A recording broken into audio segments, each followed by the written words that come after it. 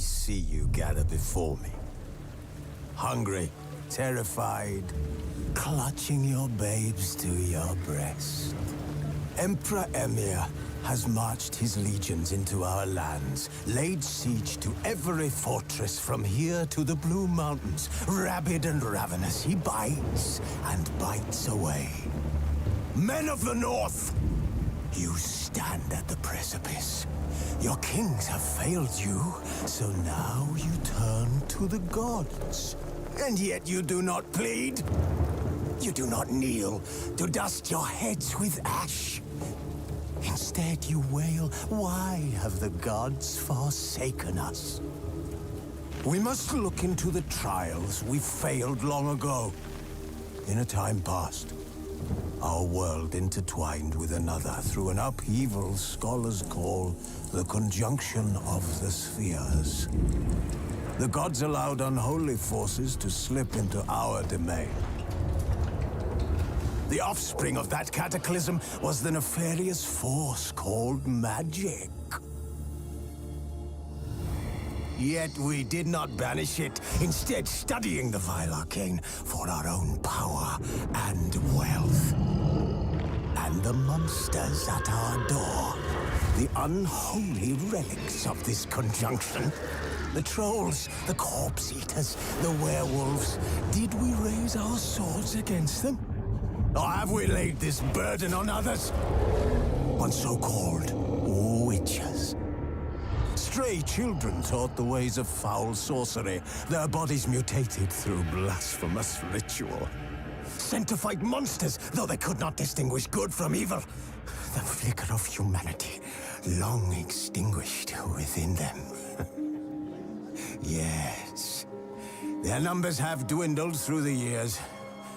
But a few still roam our lands, offering their bloody work for coin. To this day, they shame us with their very existence.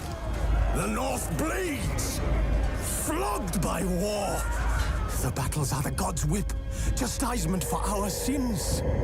And let us not forget the terrors, the scourges from beyond our world. The wild hunt rides the sky with every full moon. The Dark Raiders abduct our children into lands unknown. Some say they herald a second conjunction. Can we chart a course back into the light? Will we find the strength to banish the mages from our kingdoms? Unite around the warmth of the eternal fire. Nigh is the time of the sword and axe. None will fight this war in our stead. Nigh is the time of madness and disdain.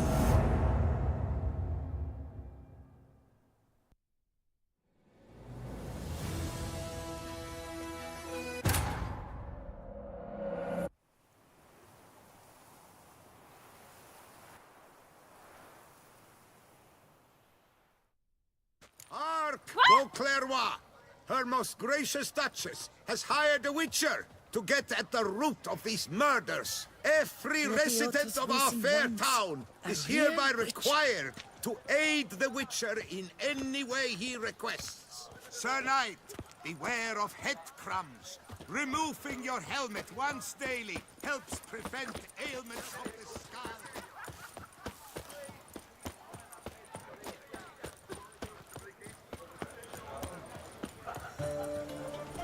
Good folk, have you seen these prices?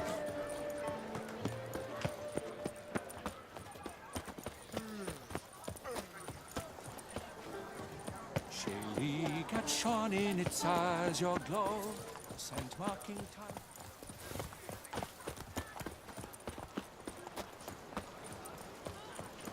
Where does a snake keep its paws?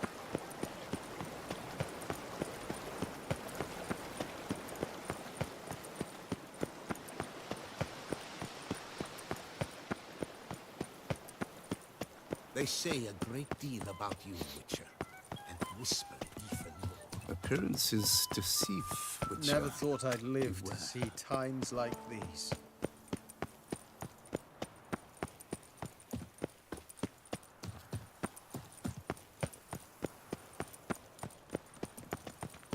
Yes, a face no ointments could help.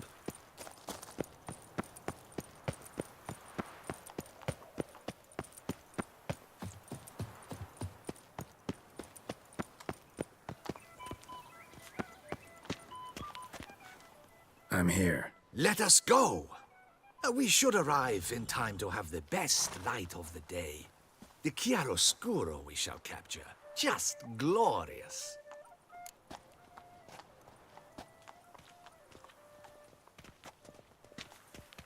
Let's go. The things I do for art. We had best ride there. We'll arrive faster and less fatigued. A work of mine, Turtle Dove o'er the Heath, hangs in the Ducal Palace. So does a cockatrice I cut down once. It's stuffed, maybe even with heather. I once had a cockatrice feather brush. Best thing for laying down tempera. I no longer have it, sadly. My blasted cat swiped it. Ooh.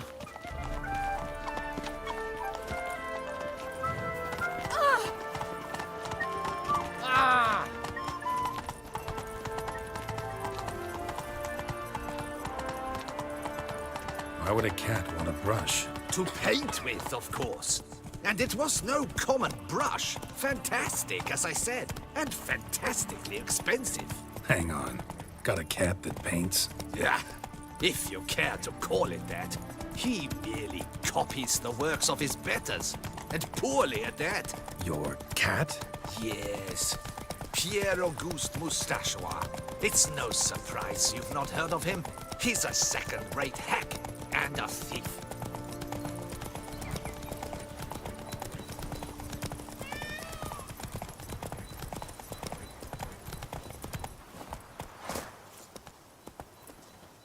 We'll continue on foot.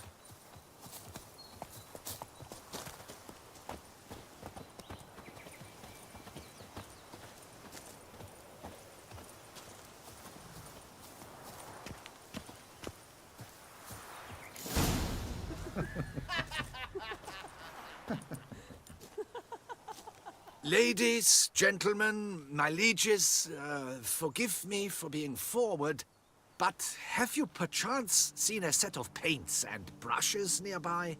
Eugenie, I believe this peasant wants something from us. My paints, my brushes, I had prepared them. They were here.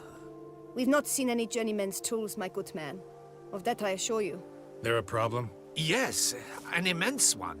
I cannot possibly paint without my paints. I'm done for. Unless you would be kind enough to locate them?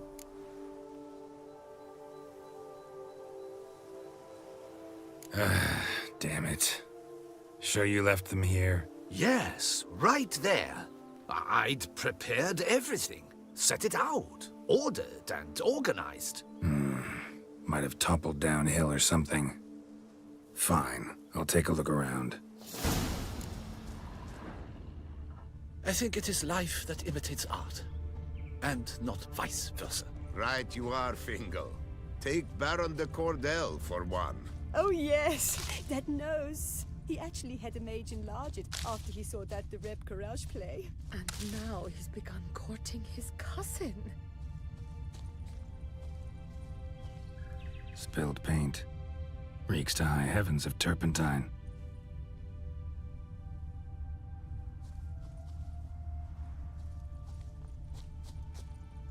Footprints.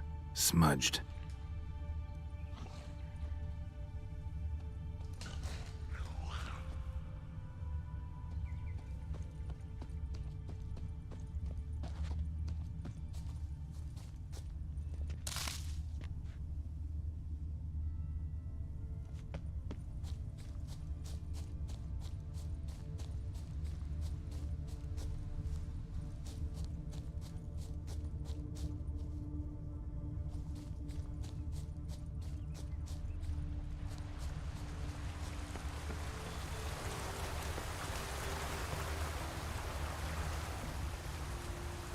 Footprints.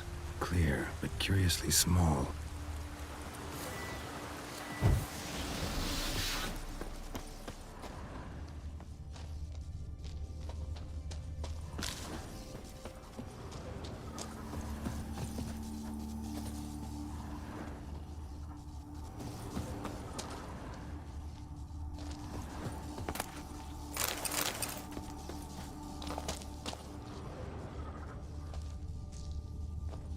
Another stain.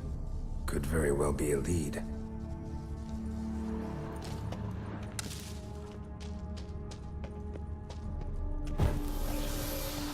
Neckers? Look like they made off with the paints. Question is, why?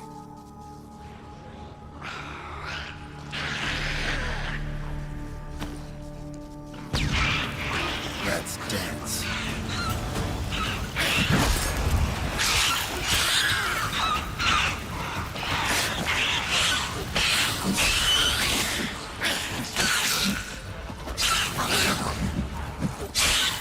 Not good.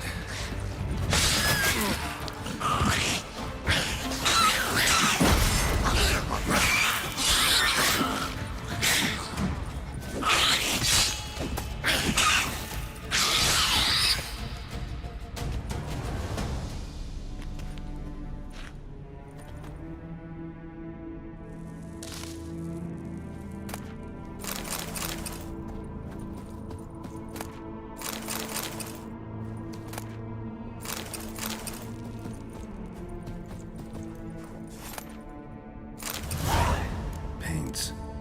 Don't look ruined. Painter should still be able to use them.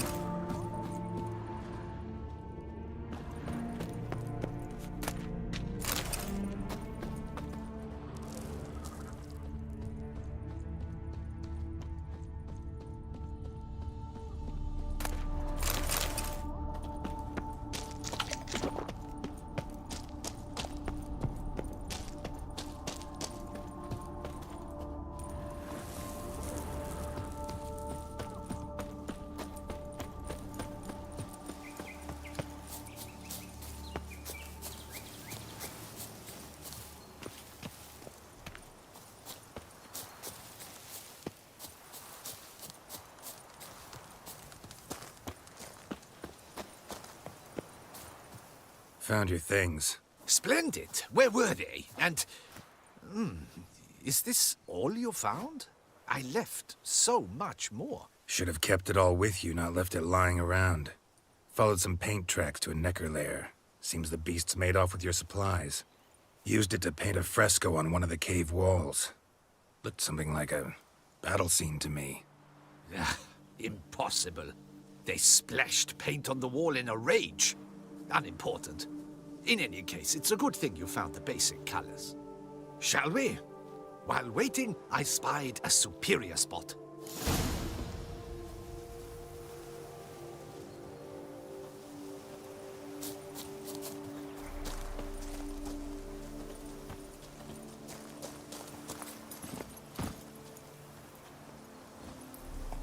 We have had fantastic luck with the weather. The light is perfect, absolutely perfect. Painting this masterpiece gonna take long? A mere 6 hours. The sun won't allow us to work any longer than that. Oh, but the time will fly by. We'll chat, swap tales. Better yet, let me down a potion. Time will definitely fly by in a state of lethargy. No need to swap tales. No, no, no. Your expression, your posture, they must be just so. You must look alive with fire in your gaze. Lethargy is out of the question. Come on, give it some thought. You could title the painting, A Witcher Lying Senselessly on the Heath. You jest. A jesting witcher.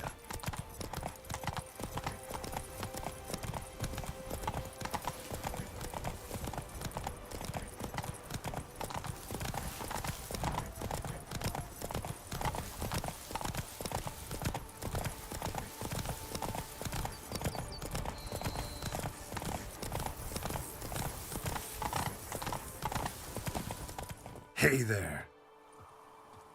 This the place? Yes. Just look at the view. Breathtaking. The perfect background for our masterpiece. Pretty, I guess. Now, you must carefully consider in what pose you wish to be immortalized. All right. Considering.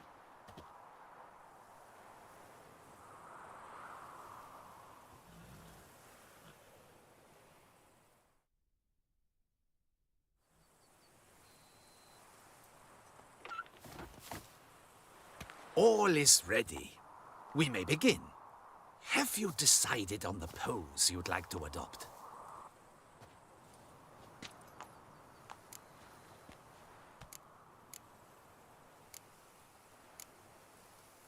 Think I'll lie down.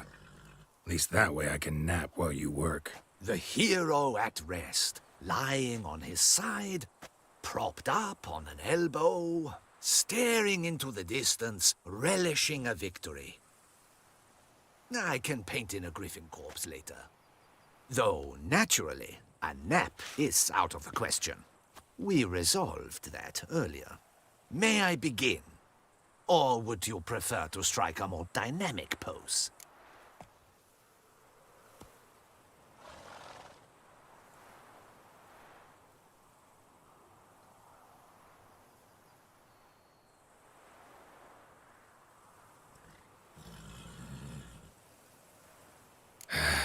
Go ahead. Now, be so kind as to adopt that look you gave me when I first asked you to work with me. That intense scowl of an angry wild ram about to butt heads. Yes, excellent. Now, hold that. Do not budge.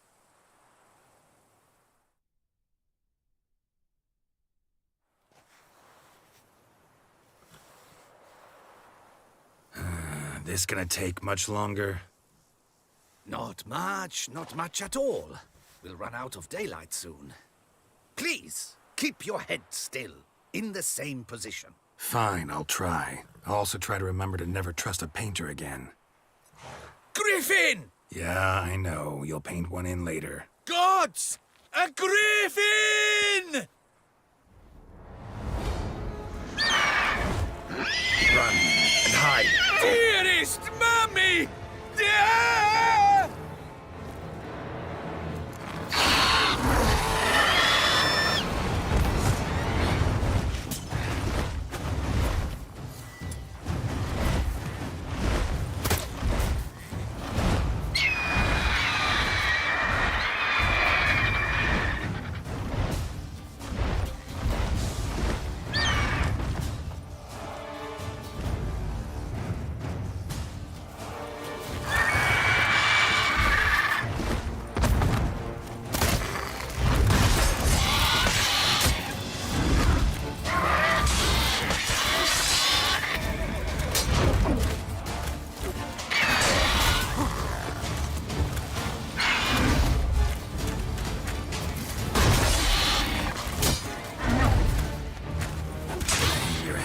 Saddle.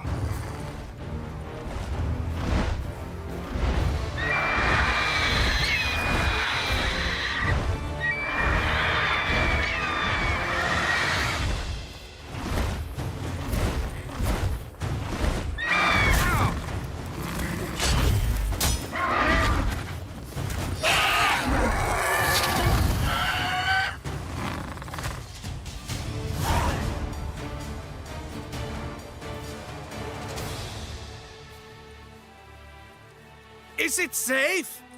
Yeah, come on out. And no wonder no one ever came here. It was a griffin's hunting ground. Oh, that thing scared me to death. Not quite to death. You are alive. Not least because you chose a witcher to sit for you. How's the painting? It survived too? It did. But I cannot show it to you now. I never display unfinished work. You can see it tomorrow, after midday, where we met. I shall display it in the market square. Oof, monstrous beast. Shall we immortalize it in the painting?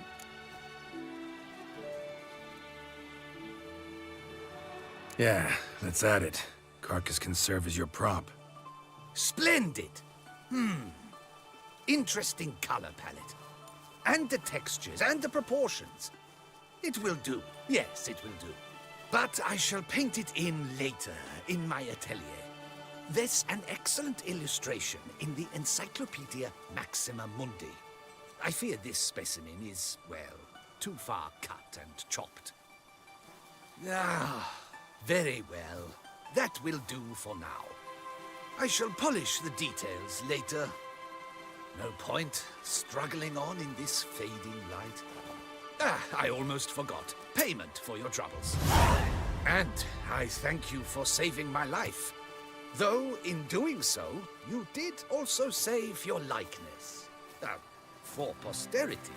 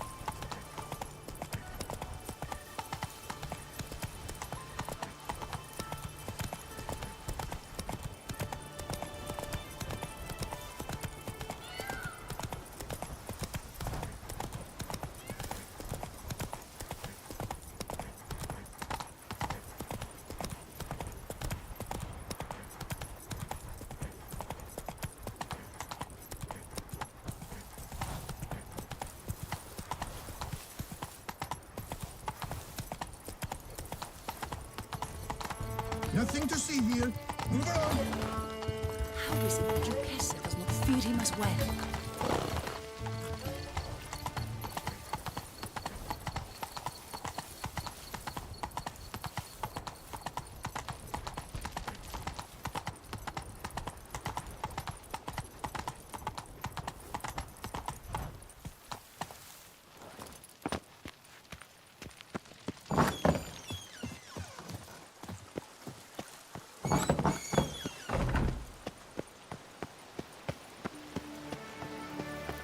Keep calm.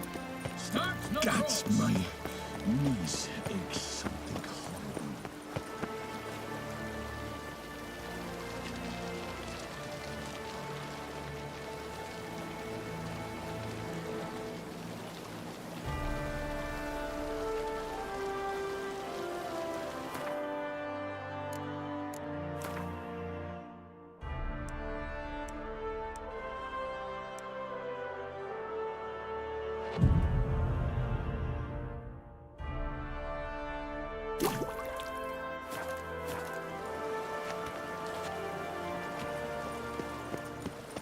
Sir Geralt of Rivia. 3 cheers for the tourney's victor. Hip, hip, hooray, hooray! And where does Celestine wander of late? They must spy them. The duchy as a whole suffers from a disconnect. What a specimen. Under Duke Raymond's rule, such troubles were simply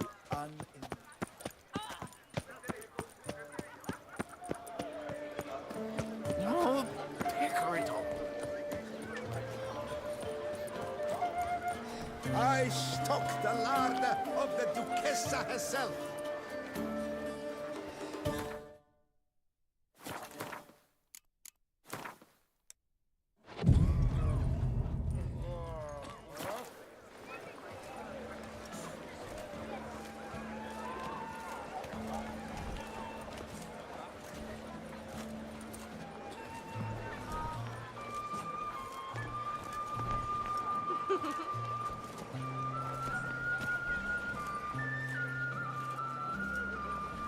Greetings.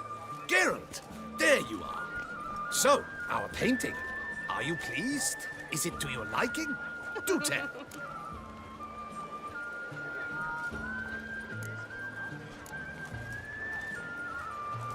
It's nice. Shows a lot of, imagination. Don't recall undressing before posing, though. Some of the other details are a bit off, too. Well, the imagination is an artist's chief tool. Heard the same from a certain poet. He embellishes and invents chiefly. Perhaps you'd care to buy the painting. Given our rapport, I shall take a loss. For you, I'll part with it, I will, at a special price.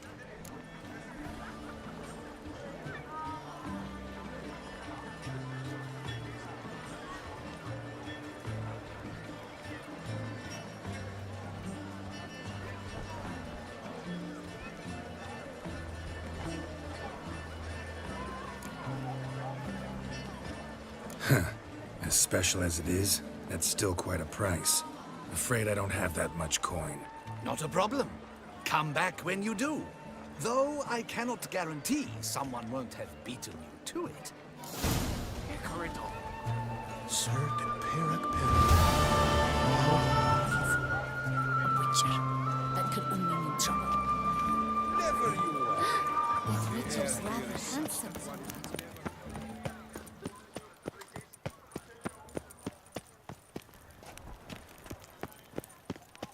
You can't pull one over on me, Witcher. I can see you're a kid. This is not some flea with The best steel in all of Toussaint. Take a gander. Show me what you have.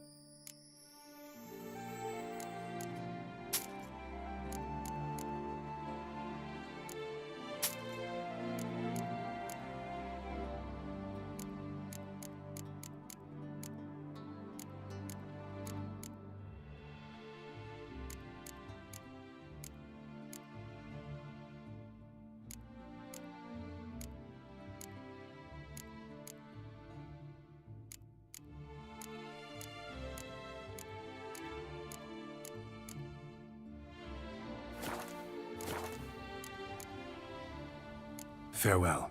No, see you later.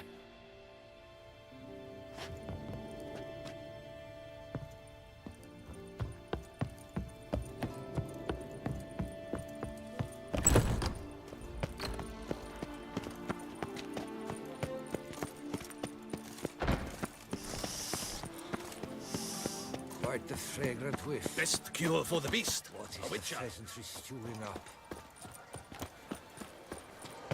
The Duchess summoned him. Witcher, greetings. I've been on pins and needles. I take it you've come for the painting. Why not? It'll make an interesting memento, though I'd hardly call the price a bargain. Indeed. Few have the sophistication to appreciate my technique. I sometimes go hungry as a consequence. All right. At least this way I'll be able to control who sees it. Thanks.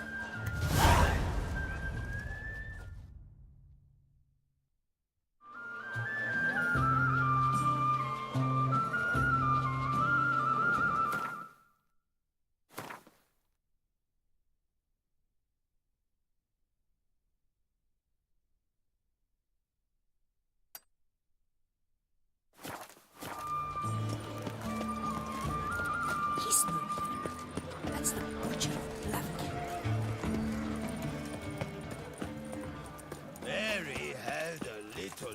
The guard brings peace to our domains. Flout its writ and rot in chains. Kiss a doe's arse.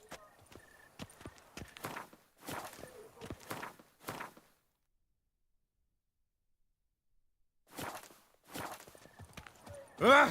Why? Oh, witches. Whatever. Greetings. I hope your search goes well. Would you craft something for me? Of course.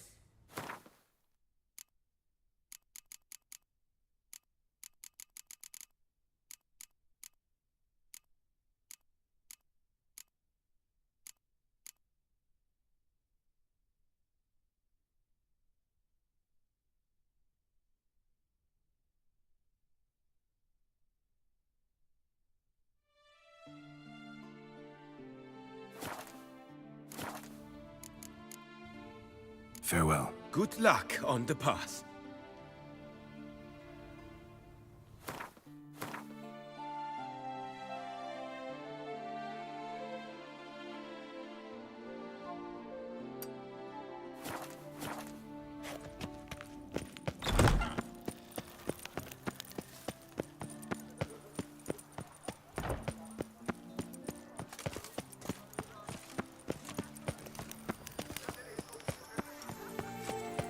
Rolling on an empty stomach. Oh, dreadful.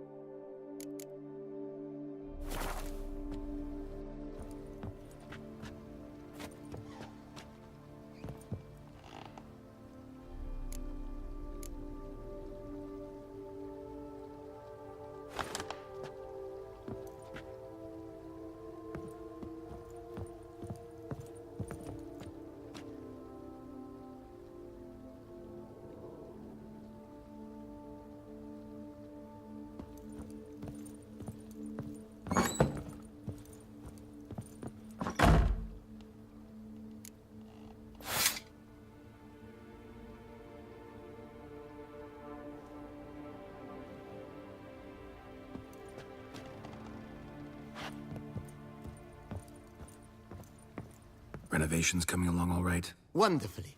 The furnishings you last had me order have arrived.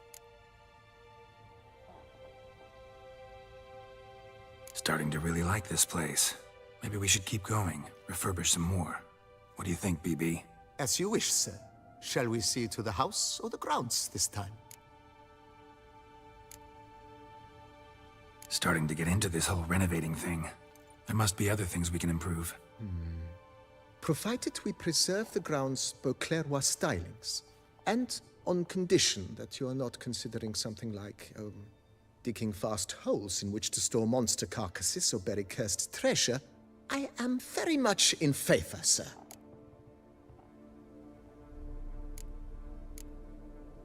My armor needs work from time to time. You know, oil this, reinforce that. Could use a decent work table where I could do all that. Admiral Rompali once hired a specialist who made the finest armorer's tables this side of the Yaruga. I will contact him at once. Good. Order me up a table like that. Immediately, sir. I expect it will take at most 1 day to arrive. Will you be needing anything else, sir?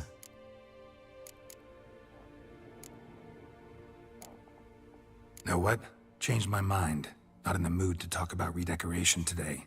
But I wanted to ask you something else. I shall be glad to answer your every question, sir.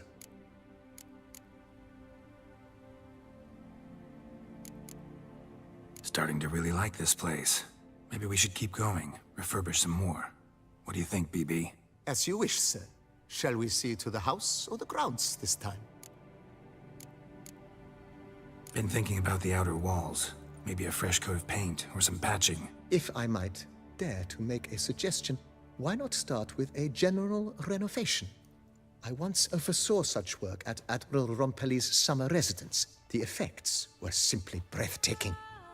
Not only did the residence positively sparkle afterwards, but we also made room to display the Admiral's armor and weapons, of which he was a passionate collector.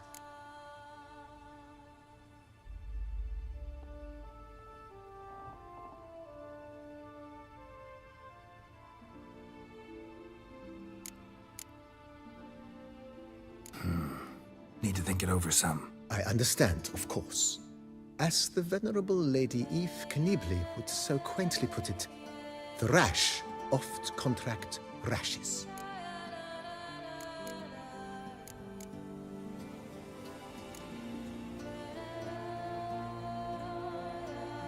That's all for now, BB.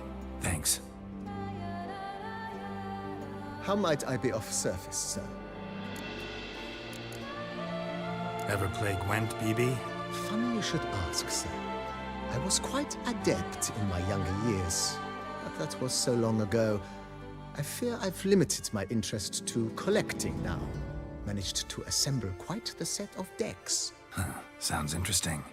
Mind showing me what you got? Not at all, sir, but only in action. A round or two, perhaps? May the best man win. Do you wish to play against any particular faction, sir?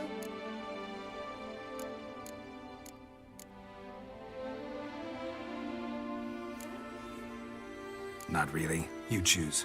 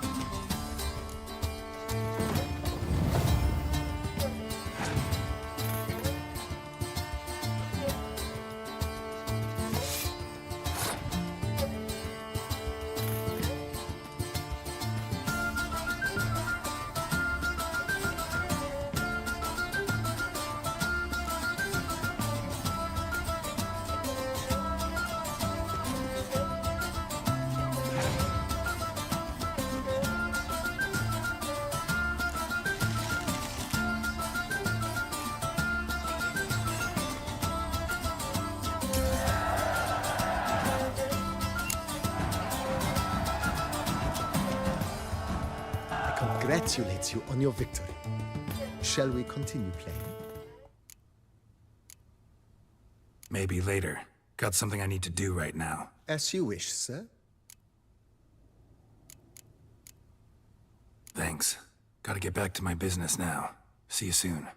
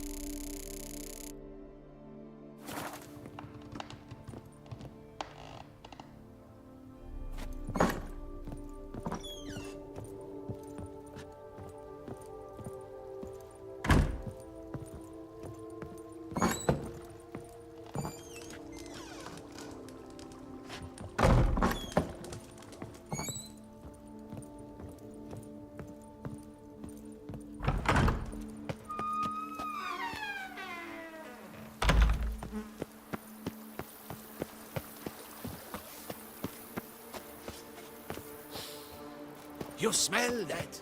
Those are the necklaces of Toussaint.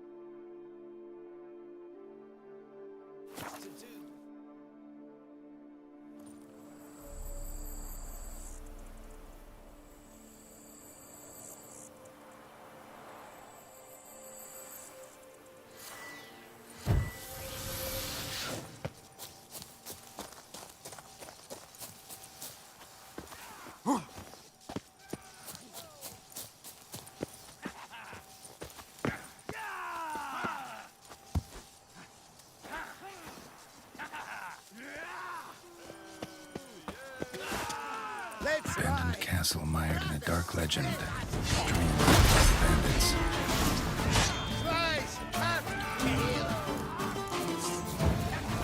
Someone placed an illusion here.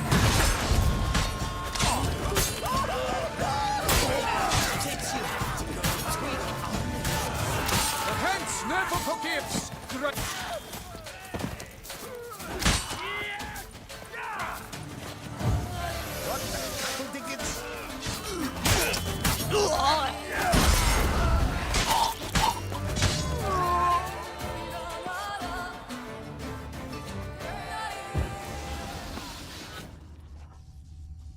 An illusion.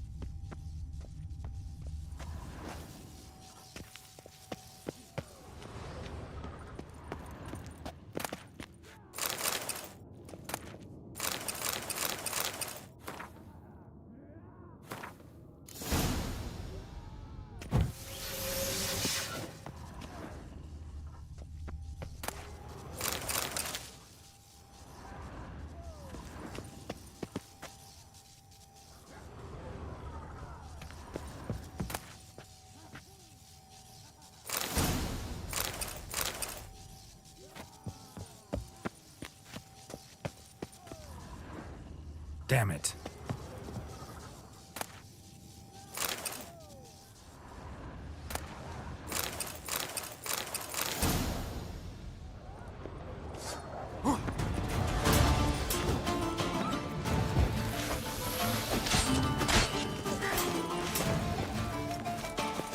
Pathetic.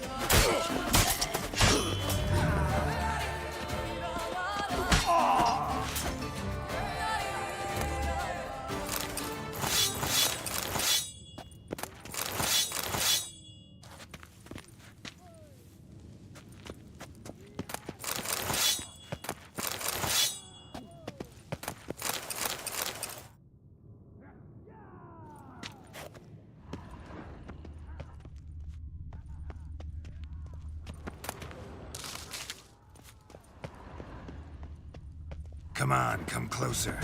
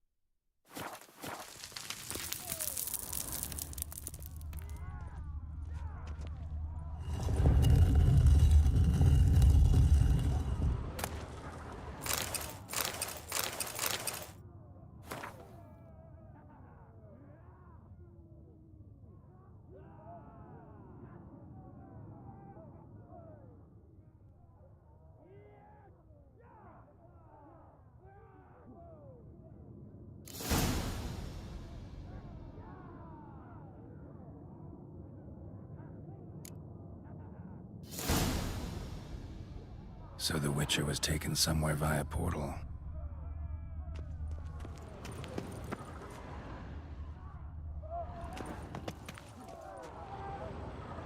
Now to activate the portal, see where it drops me.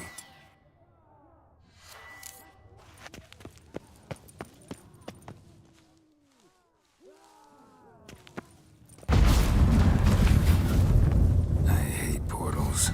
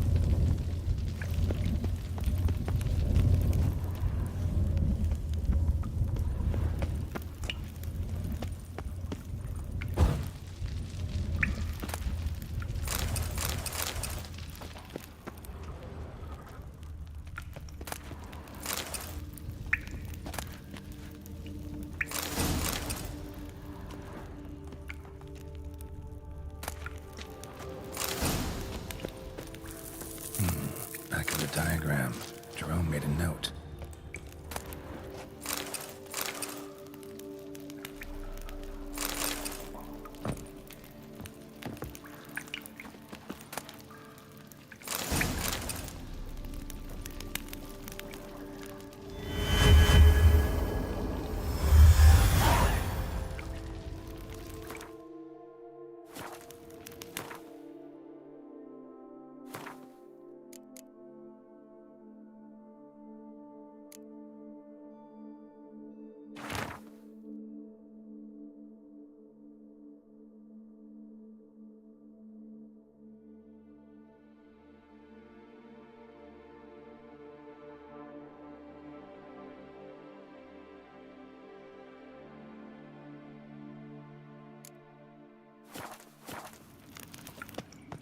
Moreau eventually came to terms with his son being a witcher.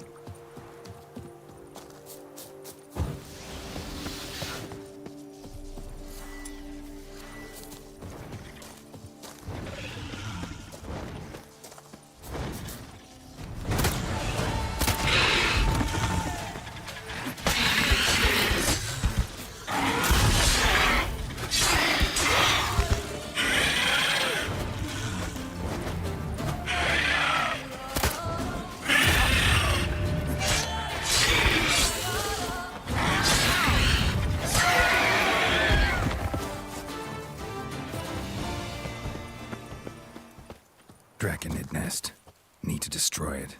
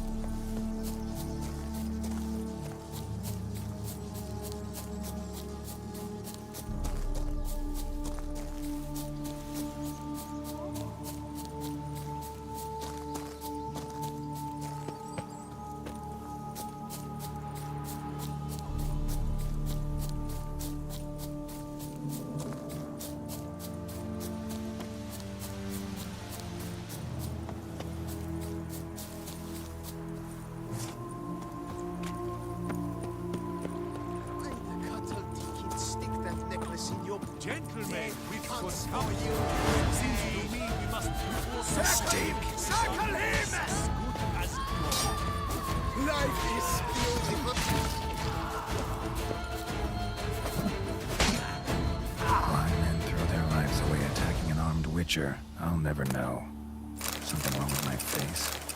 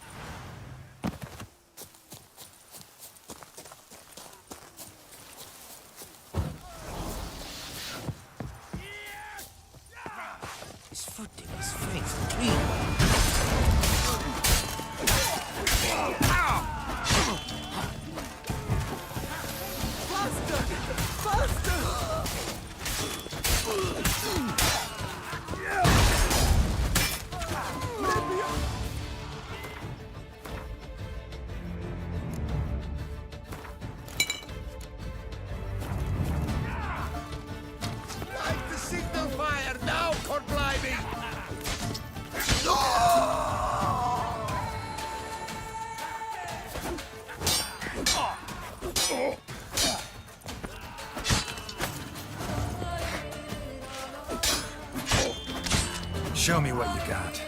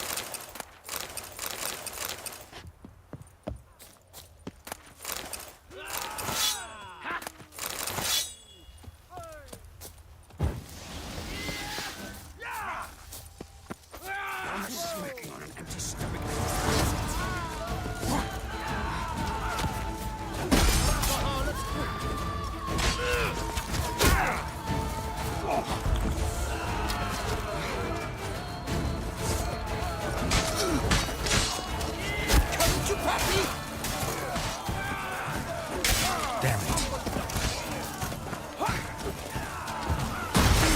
Maggot-bummed freak!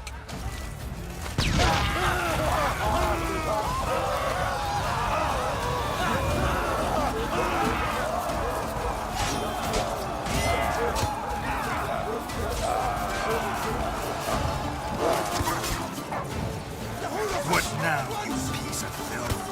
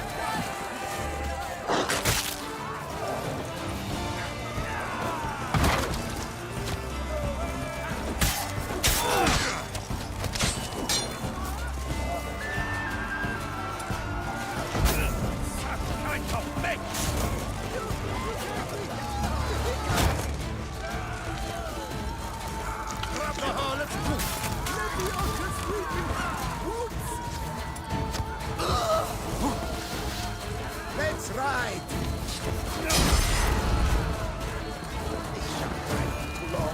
Take him alive! Not good. Spells!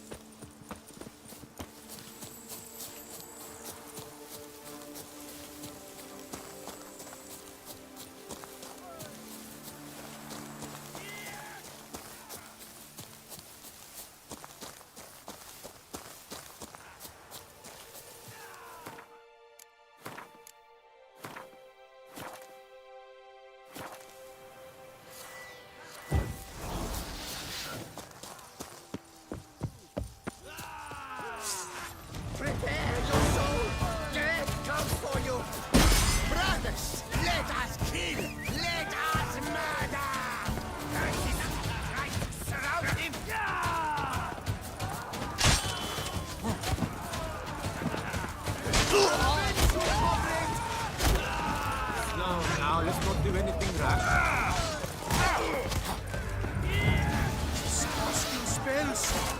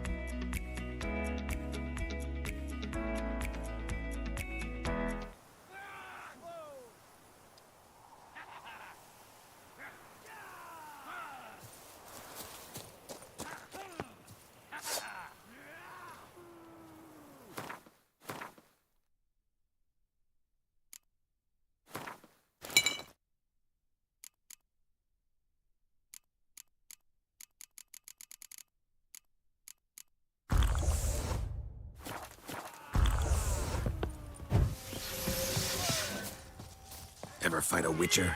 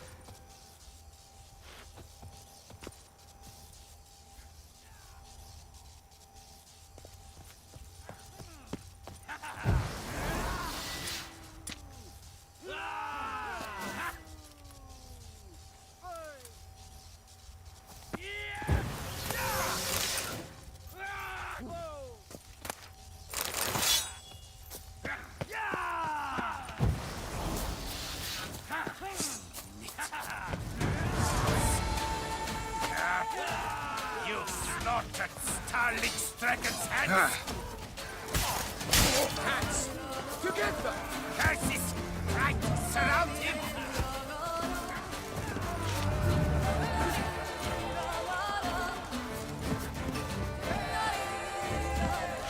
Death comes to you this day!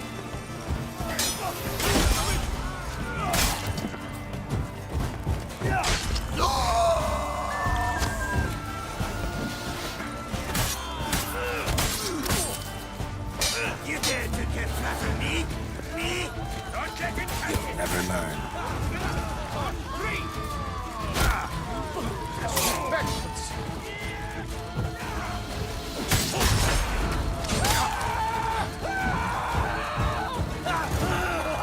Not this again!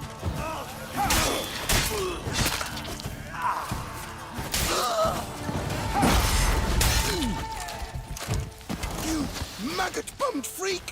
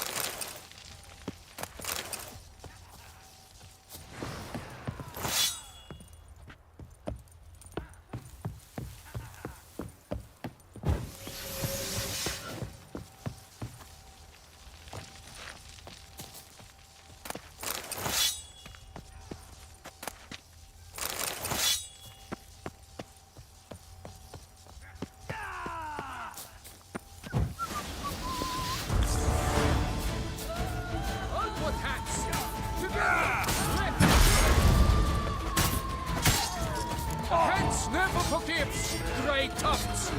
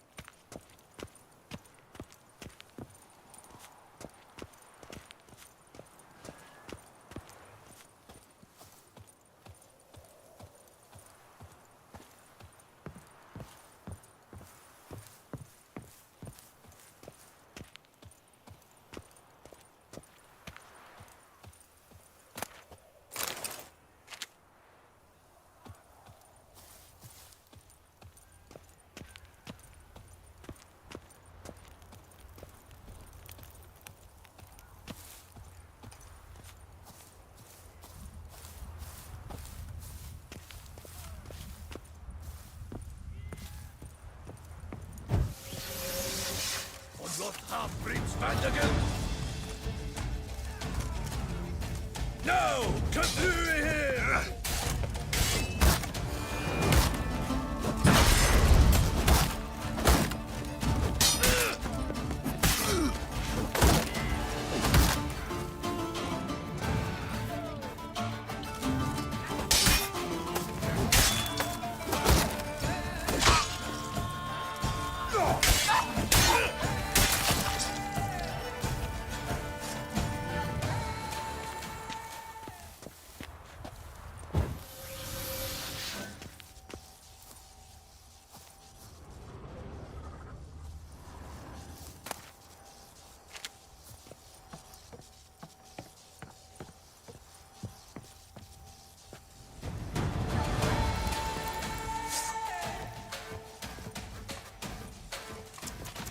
Bats move.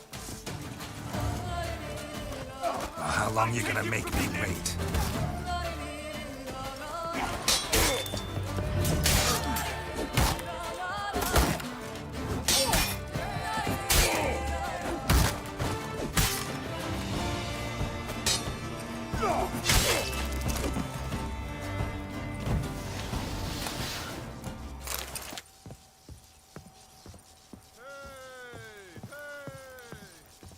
Hey, go people, be there. Don't let him get away!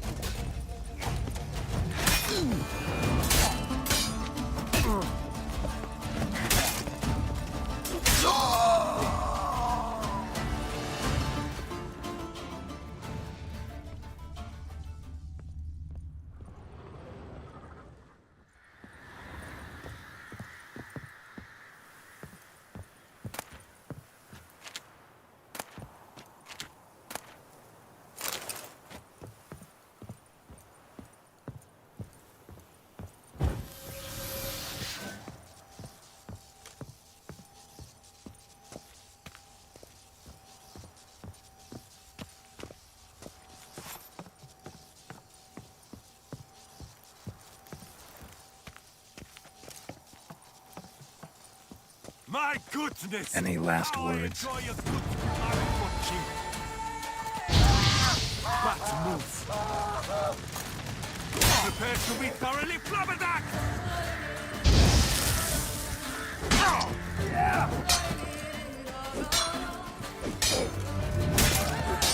Prepare to be thoroughly flabbergasted! Magic!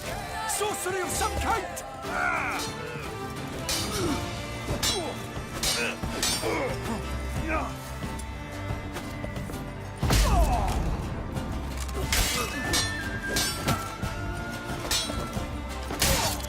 Bats move.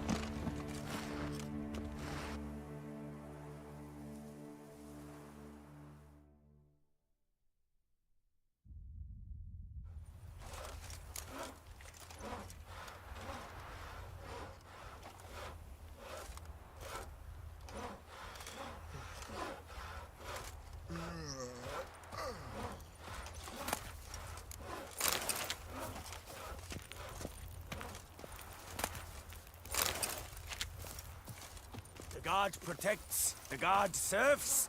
The gods' men have got iron nerves.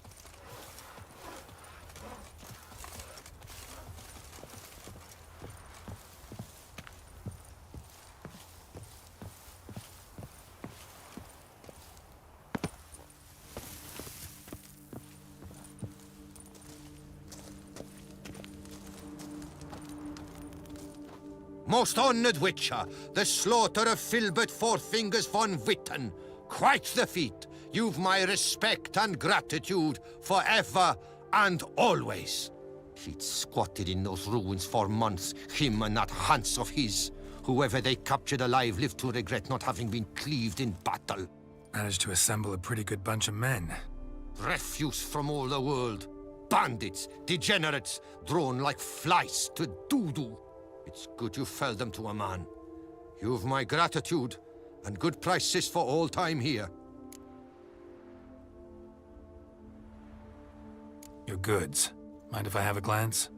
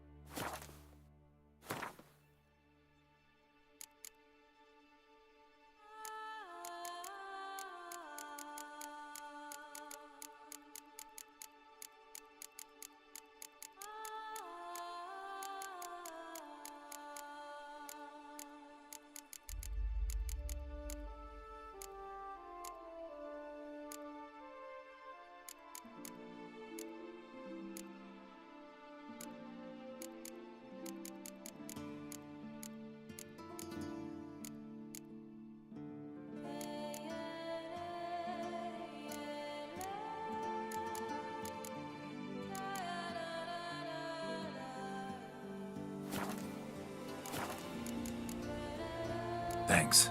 Farewell. Good luck on your path. Unbeatable bargains. Preferential financing. Master Witcher, might I have a moment, please? Stocks and the whip await those running.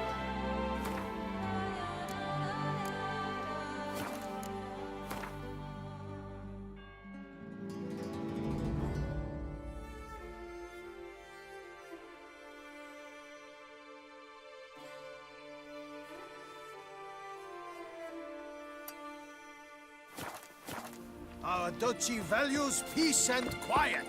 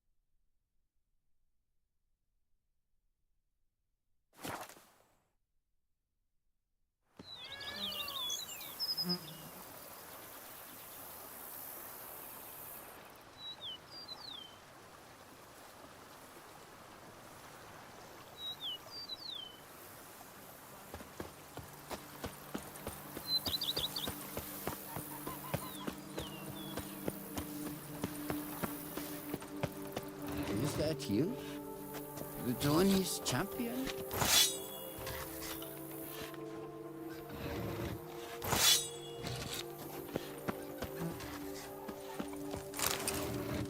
A man who dare not down some red is a man whose wives like to thump his head. A witcher. Renovations coming along all right? Wonderfully. The furnishings you last had me order have arrived. Starting to really like this place. Maybe we should keep going, refurbish some more. What do you think, BB? As you wish, sir. Shall we see to the house or the grounds this time? Been thinking about the outer walls. Maybe a fresh coat of paint or some patching. If I might dare to make a suggestion, why not start with a general renovation? I once oversaw such work at Admiral Rompelli's summer residence. The effects were simply breathtaking. Not only did the residence positively sparkle afterwards, but we also made room to display the Admiral's armor and weapons, of which he was a passionate collector. It's in your hands then. Make the place shine. I shall get to work immediately. Within a day's passing, I shall have sent for the crew which rebuffed the Admiral's residence. They are the finest specialists around. Highly skilled at what they do, it shall not take them too long, I wager. 2 days after they begin, your eyes will behold your residence in its refurbished, rejuvenated, beautified state. Is there anything else you require, sir?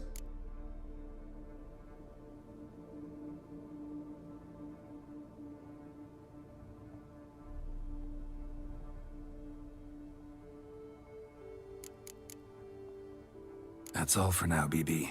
Thanks.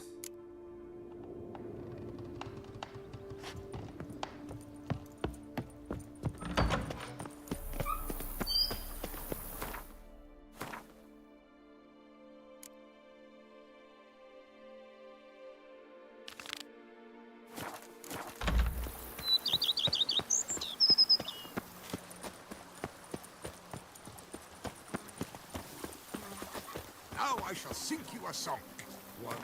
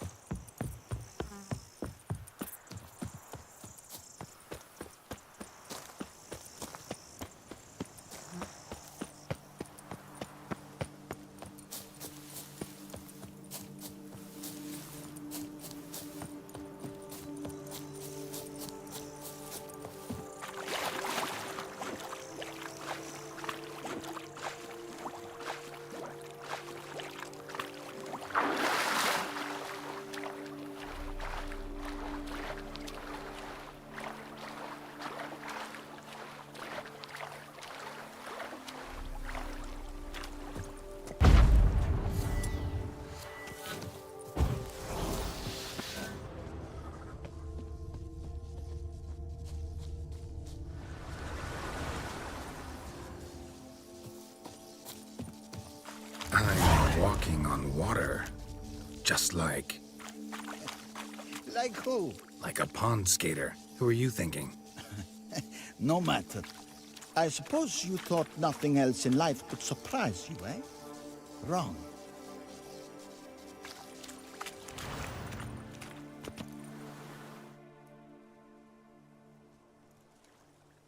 Hey, happen to know how the hell I can walk on that water? Naturally, I know.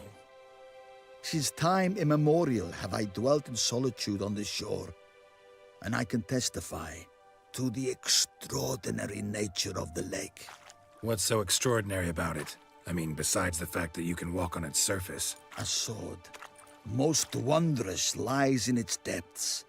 I watch over it. The blade may be grasped solely by one who possesses the 5 chivalric virtues. Folk call me a lot of things, but virtuous? I don't know. Yet I do know, for I know who you are. You have proven yourself capable of great sympathy. You are a man of honor, as many can attest. Of humble means yourself. You show generosity to others. Your valor is the stuff of legends. Reason guides your actions, as it does those of all who are wise. You have proven the 5 chivalric virtues dwell in your heart. Mean the sword's mine? I can dive in and take it? The sword deserves the hand of a master. You must prove your skills are worthy through combat atop the water's surface. Are you ready? Anytime. Then draw your blade.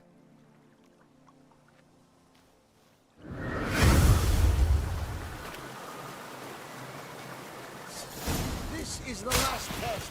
You must show them your power.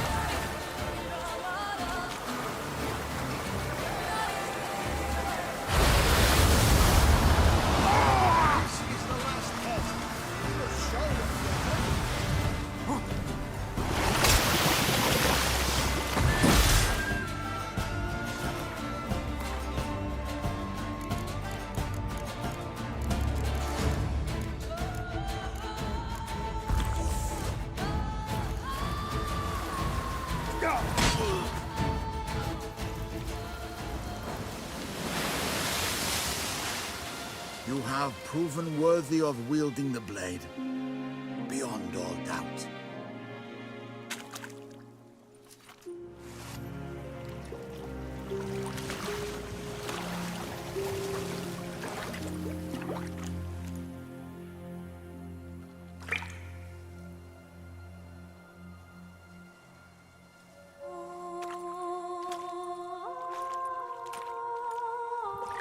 Behold, your Aerondight. We've met before. Certainly. The hermit admitted he knew you, remember? The Lady of the Lake. It is I. Forget not that you are a man right and honorable, devoted to doing good. And for these reasons you received the blade. Now bear it. And I trust this time you shall not lose it.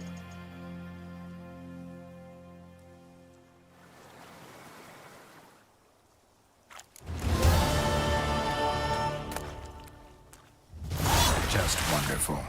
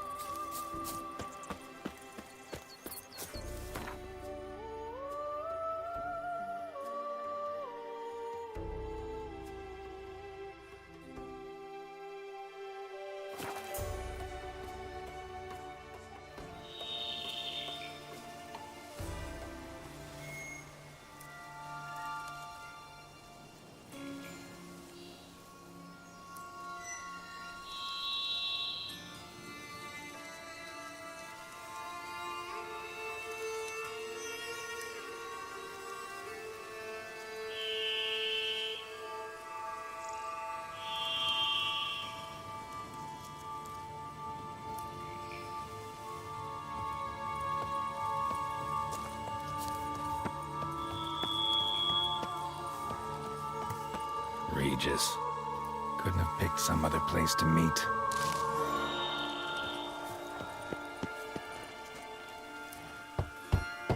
Regis! Damn it. Locked. No way I got the place wrong. This is it. Gotta be. Gotta be another way in around here.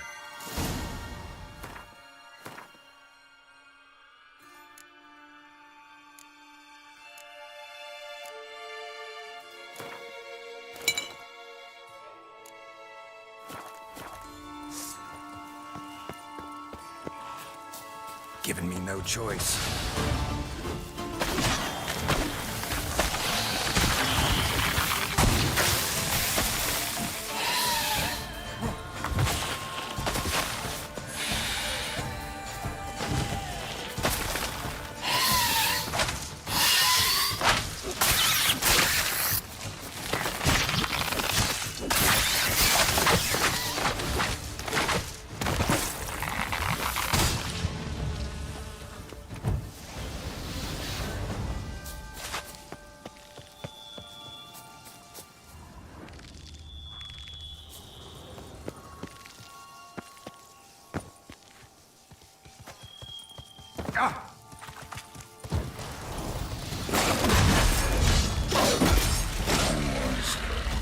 Fiddles aplenty.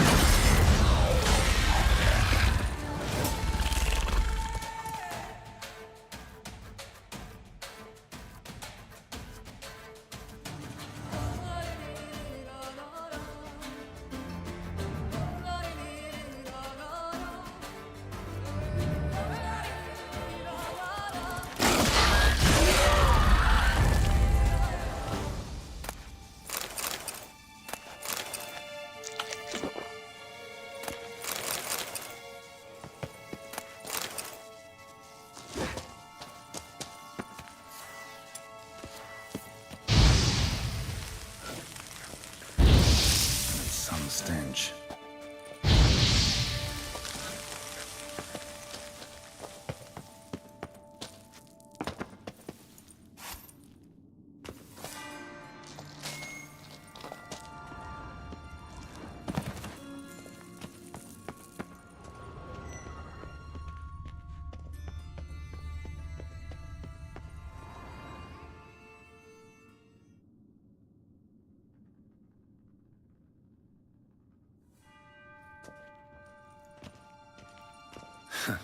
Agreed to meet a vampire at a cemetery. How much more cliché can you get? Nothing comes readily to mind. Could have left the door unlatched. What of my privacy? I value it rather deeply. Unmolested, especially by unwanted guests, that's my preferred state. Besides, I knew you'd find a way to get in. True enough. Need to find your friend. I'm hoping you'll agree to help. I shall do whatever's in my power. Yet what you want or even need must matter little. What matters is what Dettlaff wants. If he does not wish to be found, you will not find him. Ever. End of story. Come on. Gotta be some way.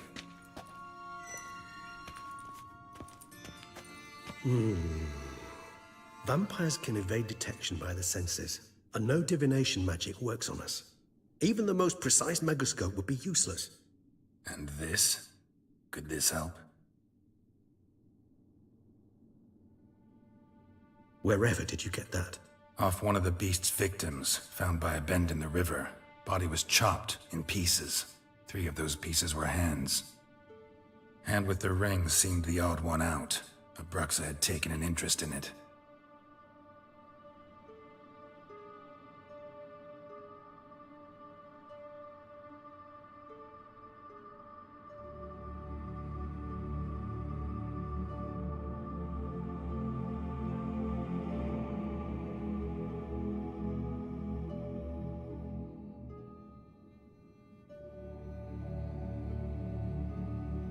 It's Dettlaff's hand, without a doubt. It will do splendidly.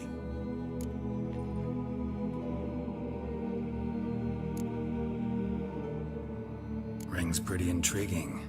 Made of no metal I've ever seen. And the ornamentation. It comes from our home, where we lived before the conjunction of spheres. It's actually mine. I received it from a dear old friend. You might call him a humanist. He saw us vampires as guests here, guests who owe their hosts, meaning you humans and the elder races, respect. Respect? Meaning not to treat us like cattle to be slaughtered for food? Precisely. And the reason why I, in turn, gave it to Dettlaff. To remind him of the ideals my old friend championed. The hand. What do you plan to do with it? You've heard of Kovinaris' theory of tissue memory retention. Rings a distant bell. Read about it in Alchemia Oblitera.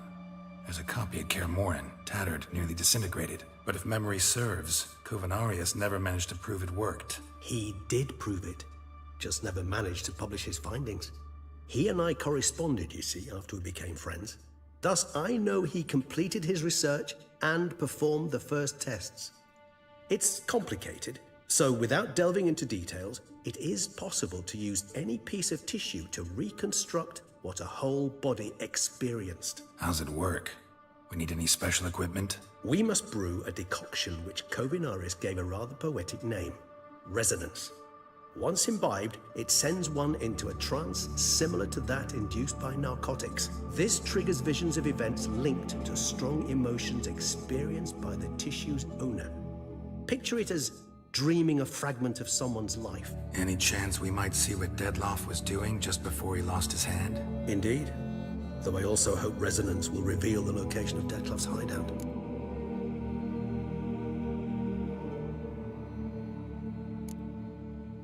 Can't you just summon Dettlaff? You're both hired vampires, there's gotta be a way. If I'm to be entirely candid, there is indeed one. But believe me, we will be better off never availing ourselves of it. It is a last resort. Absolutely. Last resort? The hell? Why? There is a being who can summon Dettlaff. Possesses the authority, even the power, to force him to appear in a given place. But the very act of contacting this being, well, it's akin to walking a slack line extended over a chasm filled with molten lava. An exercise as perilous to me as it would be to you.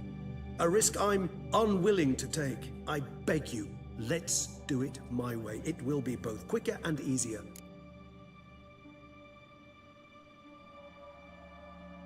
Kovinaris spent half his life proving his theory. Wild guess. Making a dose of resonance won't be easy. You guessed correctly. In addition to Dettlaff's tissue, we shall need a powerful occipital lobe stimulant. Effectively a poison, to make one susceptible to visions. Well, got a few ingredients to choose from. Unfortunately, all are pretty rare. There's Mamoon glands, but closest ones I know of are in Vizima. A spotted white saliva would also serve, but they were culled to extinction over a century ago. Could go with a kobold's eyes, but the creatures are sentient. Rather not gouge one's eyes out. Given that we lack the time to sleuth this out ourselves, permit me to summon some help.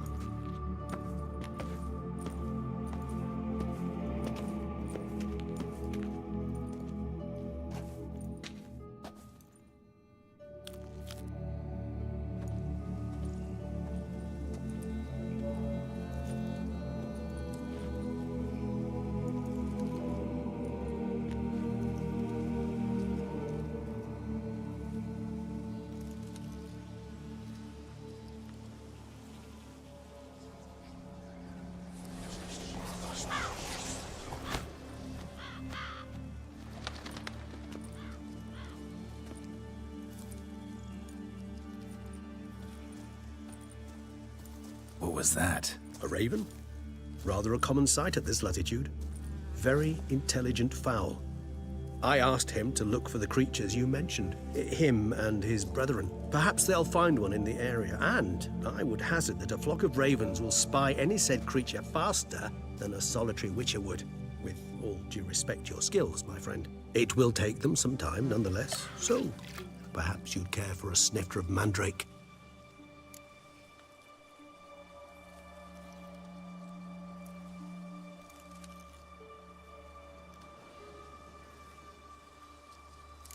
Rarely say no to a snifter. Sadly, this is but a weak infusion rather than a proper distillate. Even better. I remember your mandrake hooch. Made people say things they'd have rather kept to themselves. Now, what could Geralt of Rivia prefer to keep to himself?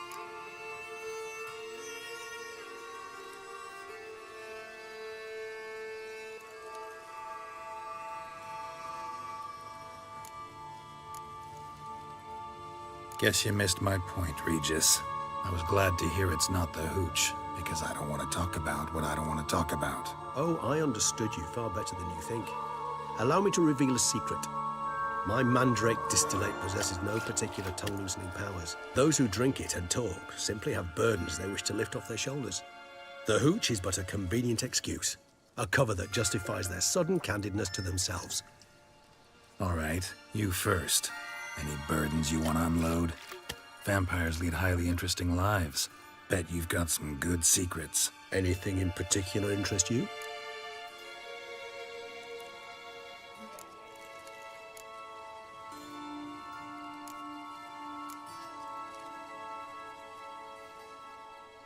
Got a new life, a new body. That give you a new start? Blank slate? Starting all anew is a very broad concept. What exactly do you mean? Your blood addiction, say. Wondering if your body's the same, if it still remembers. Maybe if you drank now, you wouldn't get hooked. All addictions are a form of slavery. Re-addiction's not a risk I'm willing to take, just to test a hypothesis about corporeal regeneration and whether propensities carry over. Fair enough. Curiosity, that's all. Sorry. Not to worry, Geralt. Curiosity is a natural reaction under the circumstances, apart from which I've always valued that trait in you.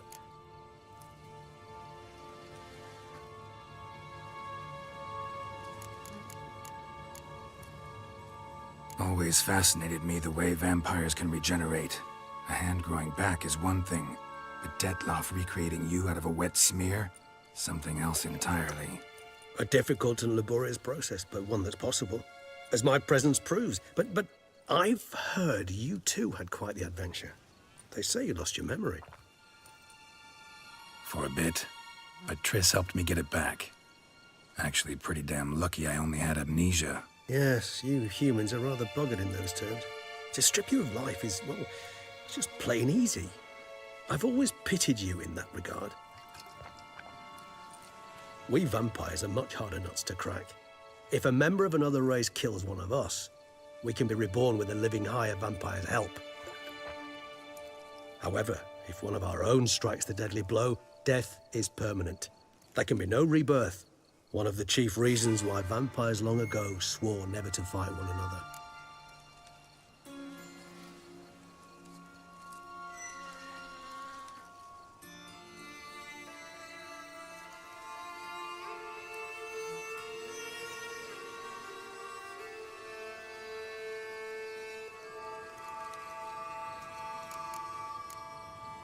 Gotta ask you the big question, one everyone wonders about. What happens after death? You wish me to tell you if the human belief in the gods is well-founded? Well, that I do not know. We vampires differ exceedingly from you humans. Our matter, that of which we are composed, can exist without form. We require neither a heart, nor a brain, nor air to breathe. But were you dead? As humans understand death, yes. Feel anything? Understand anything? It's rather hard to explain. I felt something very unsettling. Something I cannot even name, for I did no reasoning. Only after rebirth did I begin to understand that what I had felt was cold and unimaginable fear. If not for Detloff, I might have drowned in an eternity of icy terror. Can't have been alive then. Sheesh, experience like that must be vicious. Indeed, it's hard to compare to anything I know. Yet you are aware we don't see death as you do. The way you cling to life, we find it entirely peculiar. You are mortals, ergo it's a foregone conclusion. You will die. It's but a question of time. Thus, I often find myself wondering why you try so very hard. To die at 20 years, 40, even 100, what's the difference? They're all but the blink of an eye. Depends on your point of view. Man who's got 1,000,000 crowns to spend can't possibly understand one who's only got 20. Very true. One's outlook can indeed change much.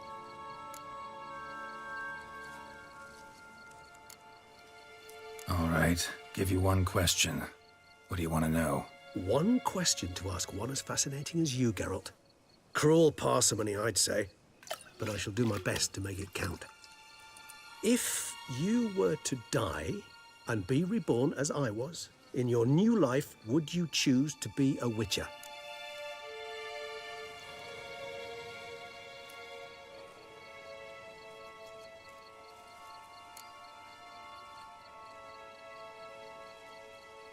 That's what interests you most? Whether I'd like to be a witcher again? Many things interest me, but we've not much time left. Please answer. Never chose to be a witcher. Fate chose for me. Had it been my choice, I'd have picked a different profession. A profession where I wouldn't have to risk my life every minute of every day. Maybe even one that'd earn me some respect. Thank you for being honest. Honesty is an attribute of the truly brave, and thus a privilege of the very few. Still no sign of your winged friend. Sure it understood what you wanted? Dead certain. Let's wait a bit longer. It'll return soon, don't doubt that for a moment.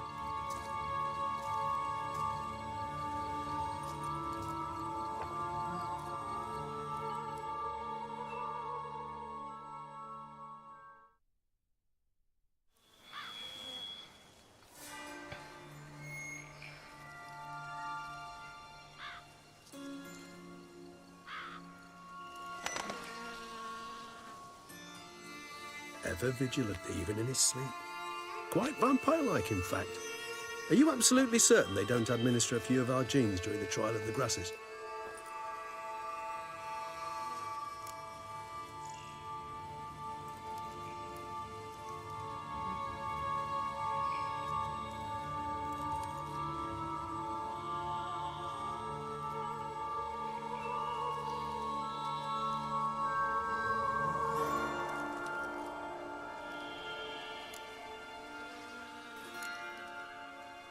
Far as I know, none.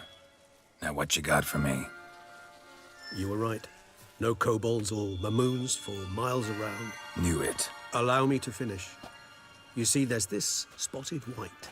It haunts an abandoned residence in the Caraberta woods. Impossible. My brethren hunted down every last spotted white before I was born. Then it seems you must revise your knowledge of spotted whites. For somehow this one managed to survive your brethren's onslaught. It seems I know this home it haunts. Recall a tale about it. Locals believe the place cursed. Perhaps that's how the white survived, entirely unmolested.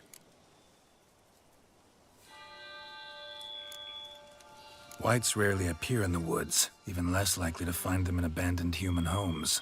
They inhabit remote wildernesses, old abandoned cemeteries. What's your point? This might not be a spotted white after all. Your little helper might have made a mistake. I sincerely doubt it. Ravens are devilishly intelligent creatures, and they've highly developed observational skills. What exactly did they observe? The area around the estate. It's covered in spoons. Spoons? Spare me the skeptical smile. I'm but the bearer of this news. Or perhaps this spotted white is a hoarder, or the spoons are somehow related to the curse.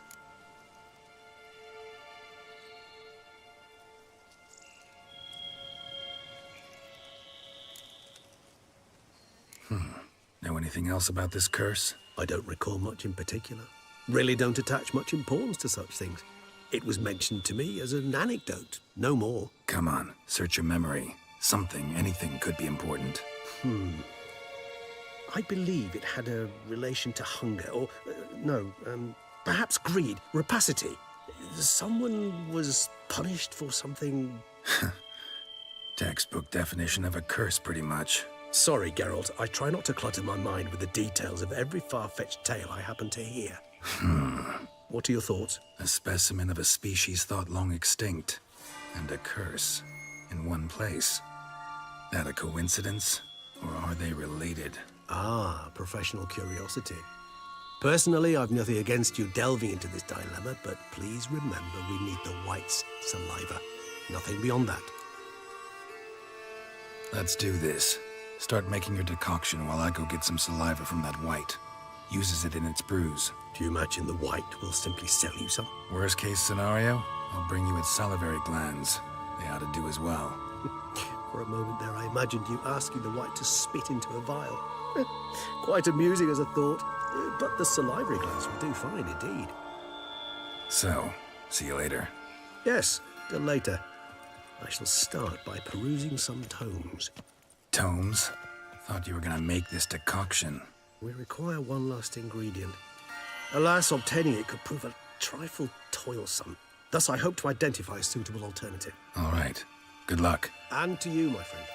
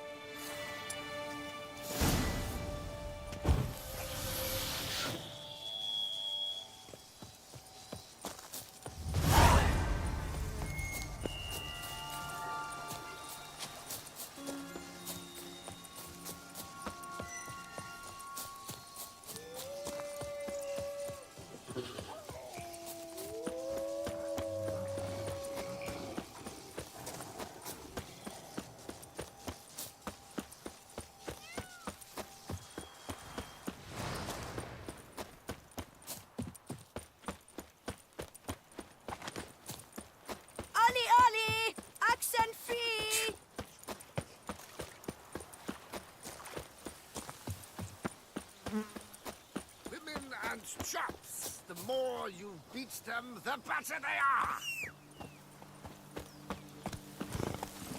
Move it. And chops. The more you beat them, the better they are.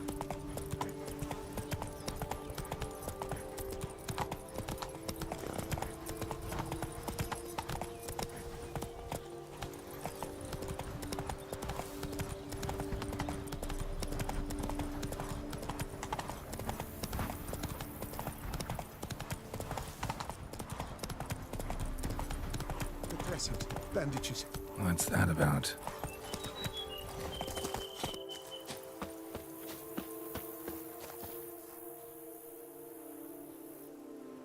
The dressings, bandages. Where did I put them?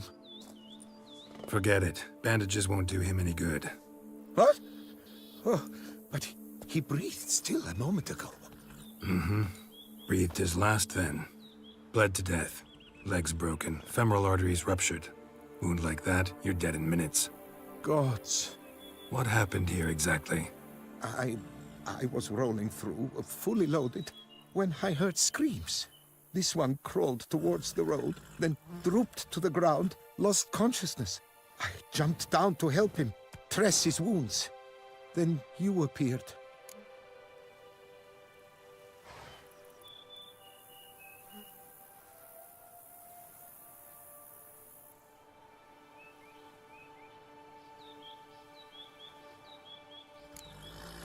Stand and step away from him. What? Me?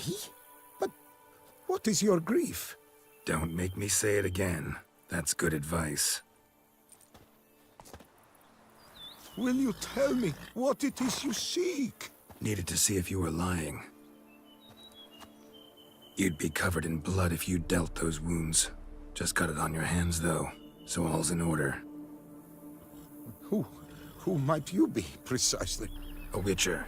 Oh. Do you expect some beast might have killed him?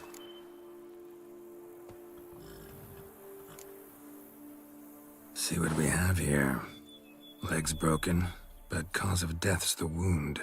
Small but deep, edges unfrayed. Either a thrust weapon or a thick claw. Maybe a wyvern's. Tough to say, and... breastplate's unusual. Dented. It's got a patina. An antiquity, I believe.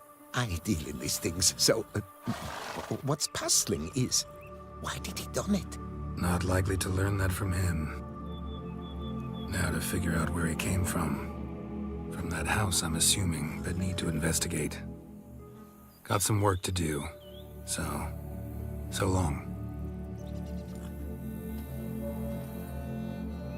Wait, I will come with you.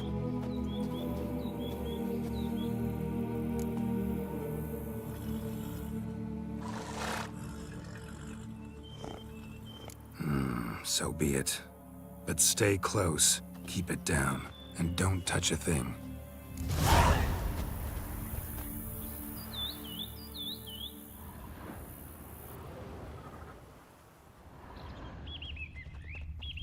Trail leads to the house on the hill, which stands silent as a grave.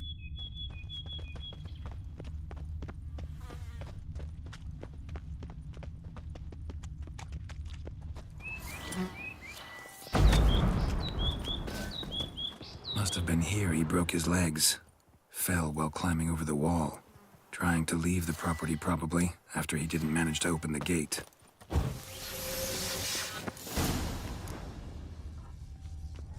Damn it.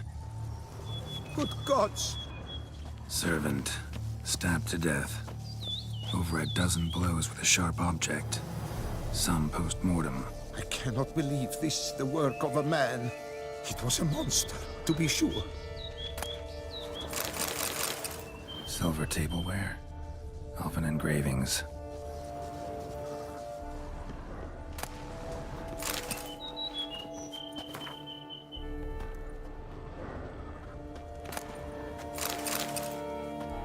What the hell's this? Setting for a banquet? It seems so. What's your suspicion? Did none survive? Gods! Torso punctured with great force. Blow pierced hardened steel. Man on the high road. Breastplate was identical.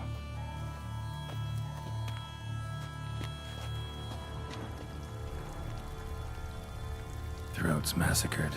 One mighty blow. Shield along sides old and dented. Sword ceremonial. And Shay handiwork clearly. Ceremonial bowls. For little sacrifices? Of what? Please, do not say humans.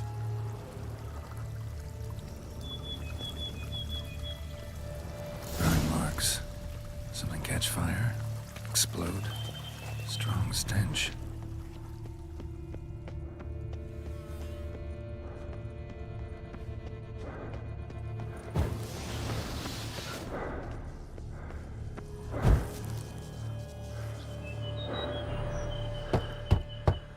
Perhaps there's no one inside after... I know you're in there. Breathing's loud and clear. Open up. We mean you no harm.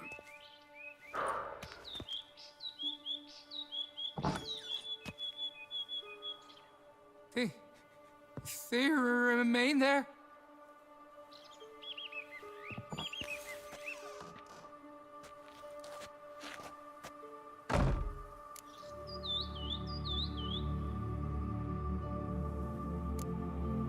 Listen, I'm a witcher. I'm here to help you. But if that's gonna happen, you gotta answer some questions first. You mentioned them. Who do you mean? Those, I don't know what they were. Spirits. It all occurred of a sudden. We were staging a scene. The event of paying homage. There was a flash of light that blinded me completely. I heard cries, though saw nothing. Then felt my own robes were in flames. I broke and ran, threw off my doublet, leapt in here and it shut and locked the door behind me. They pounded on the door. I thought they would get through. I thought I was done for, but in the end, it grew calm. Who are you exactly? Durant Faucher Plamondon de Sephiran, Lord of these lands, and Chairman of the Society of Friends of the History of Toussaint. We meet here annually to mark the anniversary of the Elfin Homage, but something like this, why, it's a first.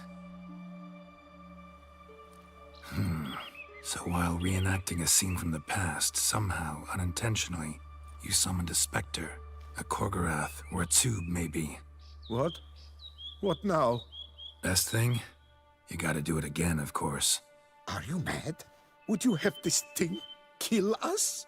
No, don't want it to kill anyone. Precisely why I gotta do my job. Summon it again, whatever it is, and tend to it once and for all. Durand, think I can reenact the pledge, the giving of homage, alone? It was a great, momentous event.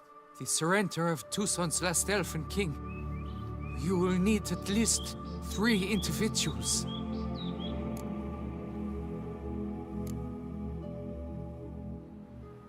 Damn it. Can't risk. Can't expose you to danger. Master, if what you say is true, then I was the cause of this massacre. Unintentionally, yet nonetheless, I've a duty to assist you. A moral one. Gods have us in their care. I shall help as well. Let's get to work. Start by clearing the corpses. Got some time. Won't start the reenactment before nightfall. Things of this sort are a lot more likely to work after dusk. One last thing, though. My pay. Don't work for free, you know. Understood. Just keep the danger at bay, and I shall be generous. Through and through.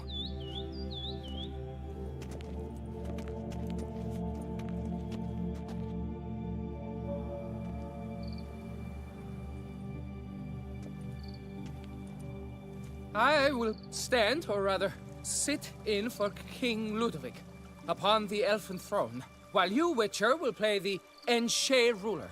We must don the costumes. All must be just right.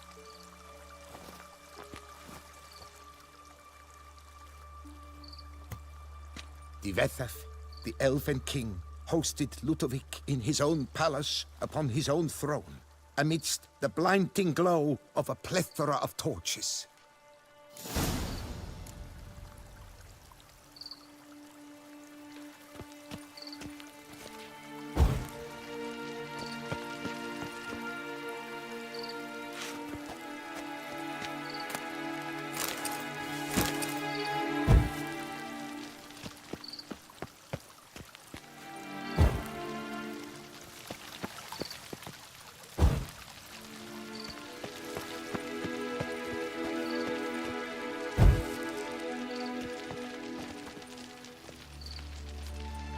Divethaf laid at Ludovic's feet a loaf of binnen and elfin bread, thus granting humans rule over seed-yielding lands.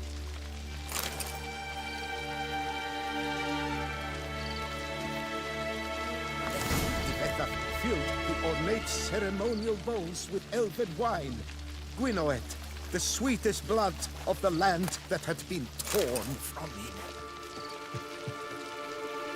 At long last, the elfin king grasped his sword and shield, thus symbolically passing command of his armies to humans.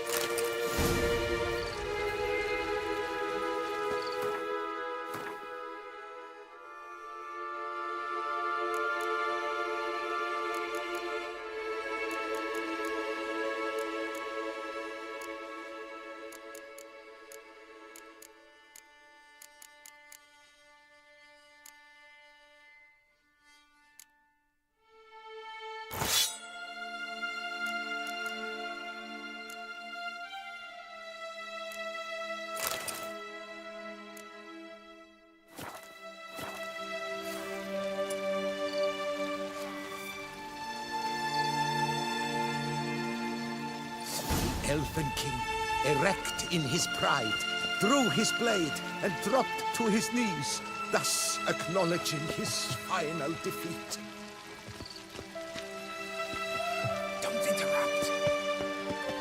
Ludovic then spake. I accept your allegiance and shall return in 1 year's time to... Ah! Look! Look! The statues! Impossible! God's mother!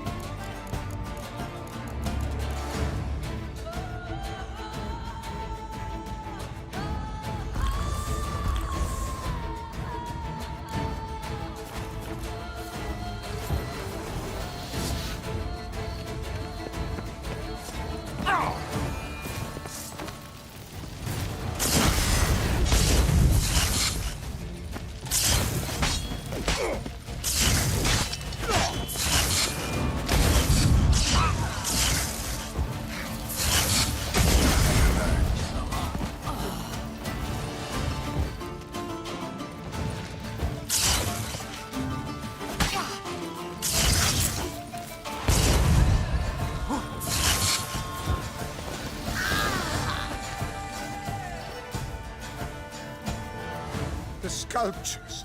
They came alive. By what witchcraft? Dunno. Specialize in killing monsters. Reviving them, not so much. I may know what happened. The statues, you see, once stood in the palace of one Defethov. I acquired them a month past because perhaps I should start at the beginning. This Defethov was to pay tribute to humans, producing statues of this sort each year. Yet he did so but once, for he perished in the massacre of non-humans at the foot of Mount Gorgon in the year 782. It's fortunate he did too, as Defethov had planned Ludovic's downfall, for he sculpted not statues, but columns that masqueraded as such. Columns activated with words said in homage. Columns that would have turned the king and his bodyguards into so much colorful confetti. Typical. Treachery embodied. Elves. Psheh.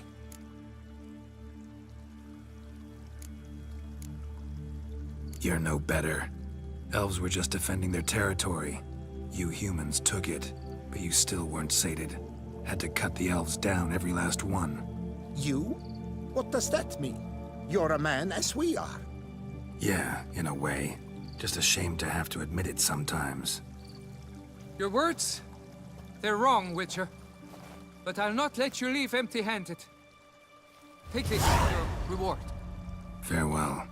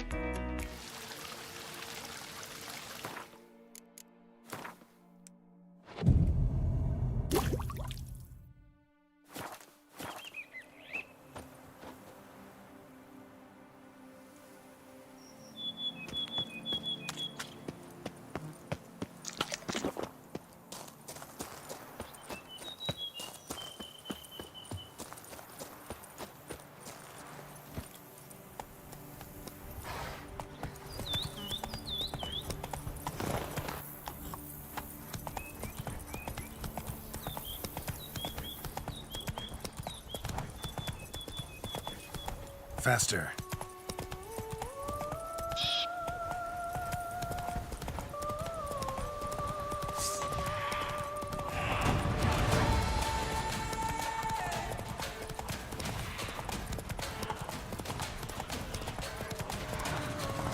Our guests.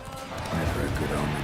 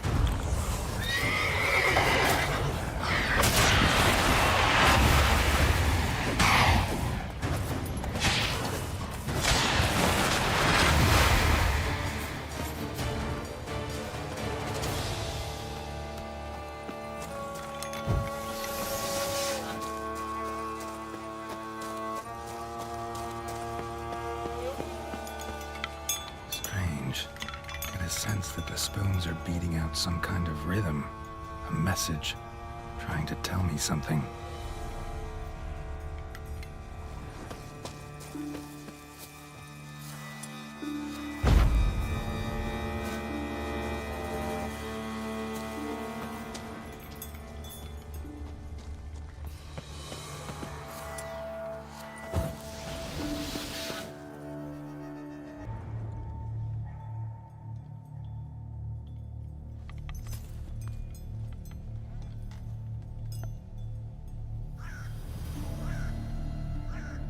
None shall sit and dine with you at your table. No spoon you have shall say to you, never again shall you wish to spy your reflection in the mirror. Sounds like a curse, all right.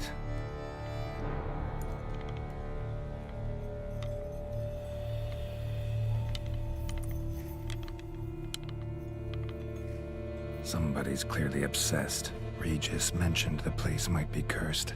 Can't be a coincidence. Need to look around.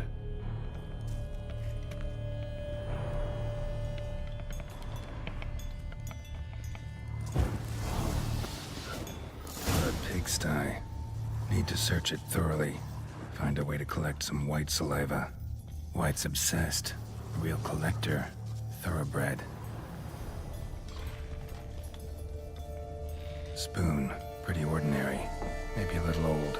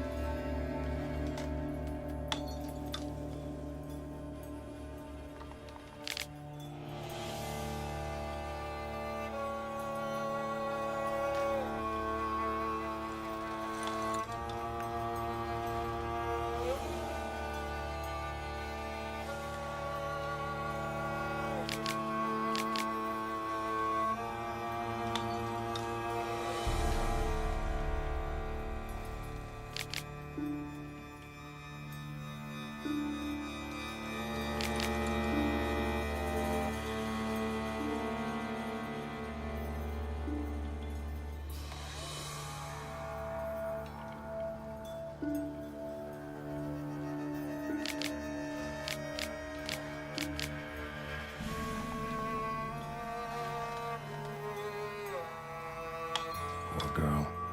Realized she was changing into a monster. Recorded it in her diary. Poignant. Spoon's incredible. The craftsmanship must have graced a rich man's table.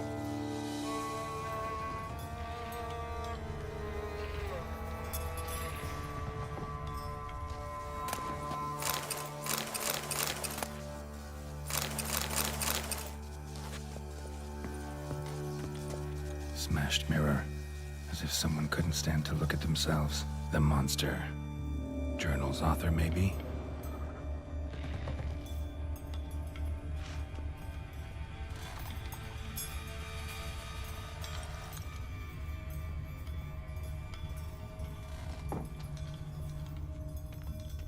No spoon you have shall sate you.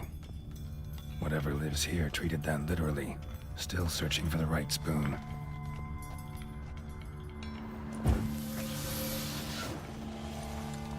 Another spoon. Yep, just as normal as the last one. The Siren key. Sophisticated crafting. Tag bears a description. White's a true collector.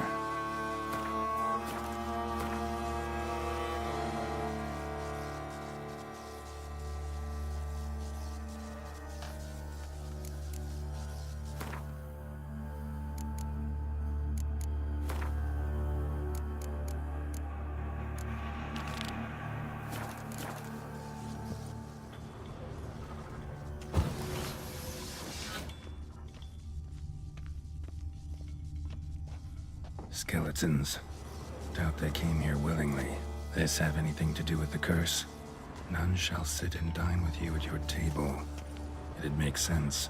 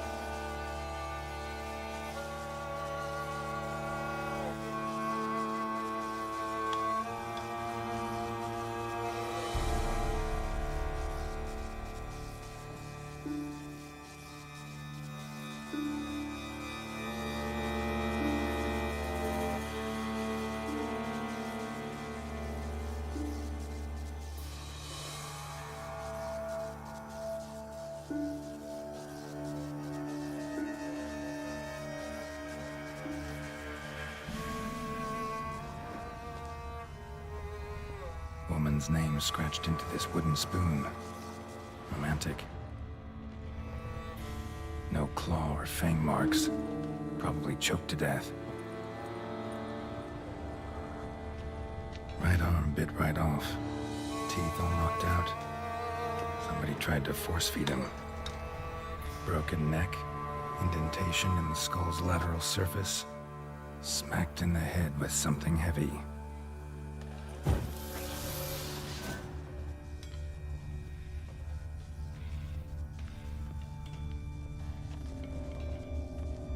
White's obsessed. A real collector. Thoroughbred.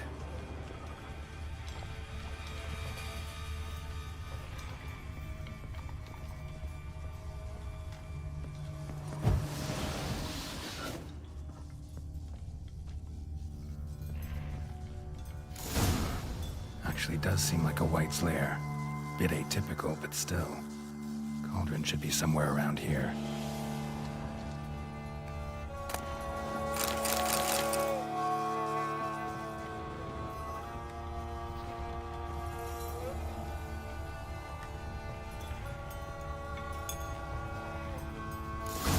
Looking for. White's not particularly tidy.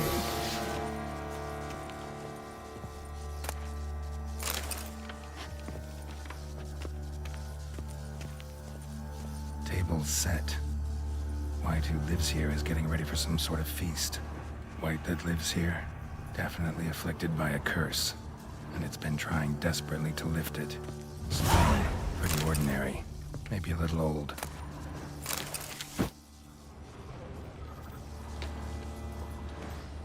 cauldron's empty, unfortunately. Regis needs some brew.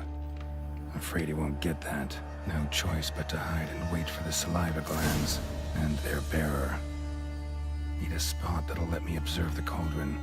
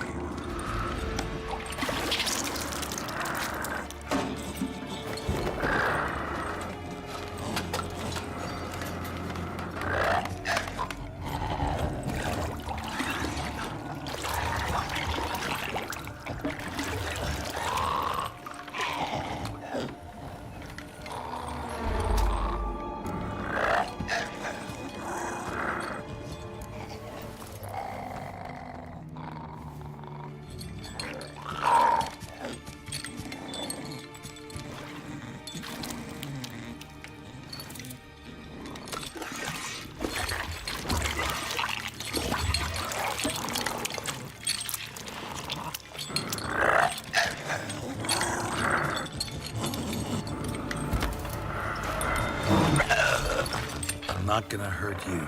Wanna help? I've seen the words of the curse on the walls. Think I know how to lift it.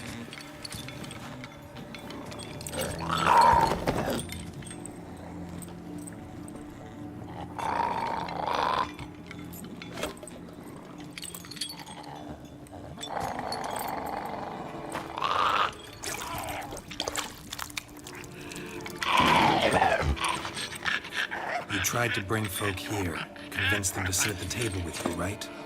Well, I'm gonna be your guest now. Your willing guest.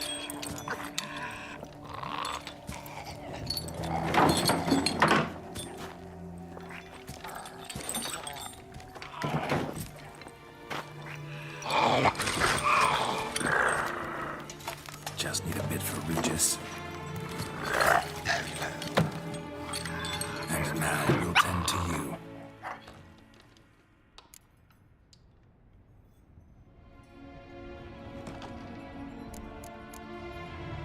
Need to get this right.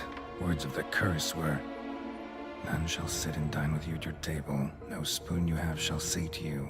Never again shall you wish to spy your reflection in the mirror.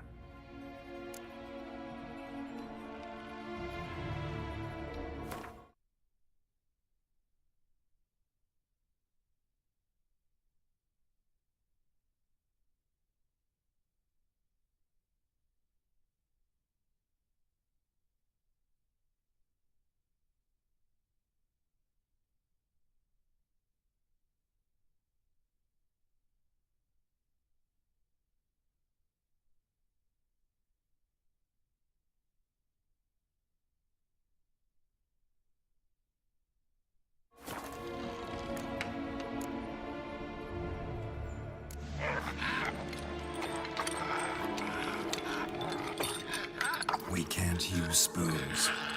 No, that won't work. You've been looking for a spoon that would feed you, but there's no such spoon. We need to eat without spoons.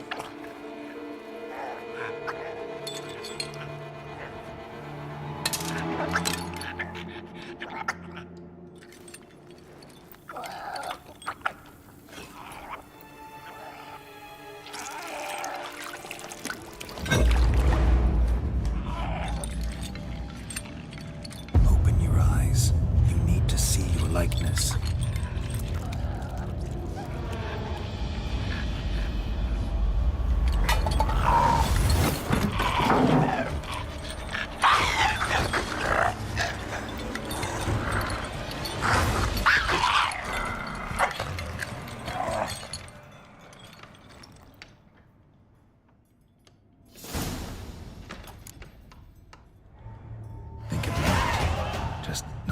Like I expected. Need to see what happened to the white. Won't be hard to find given its stench.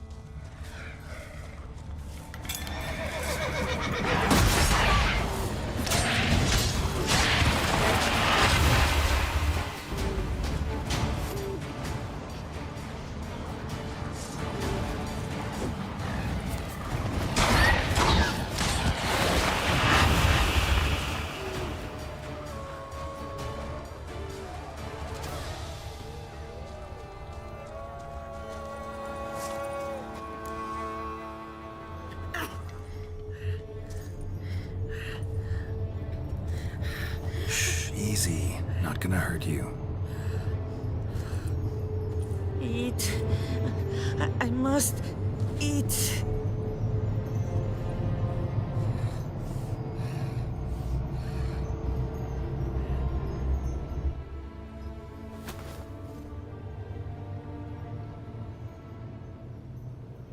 I'll take you someplace safe.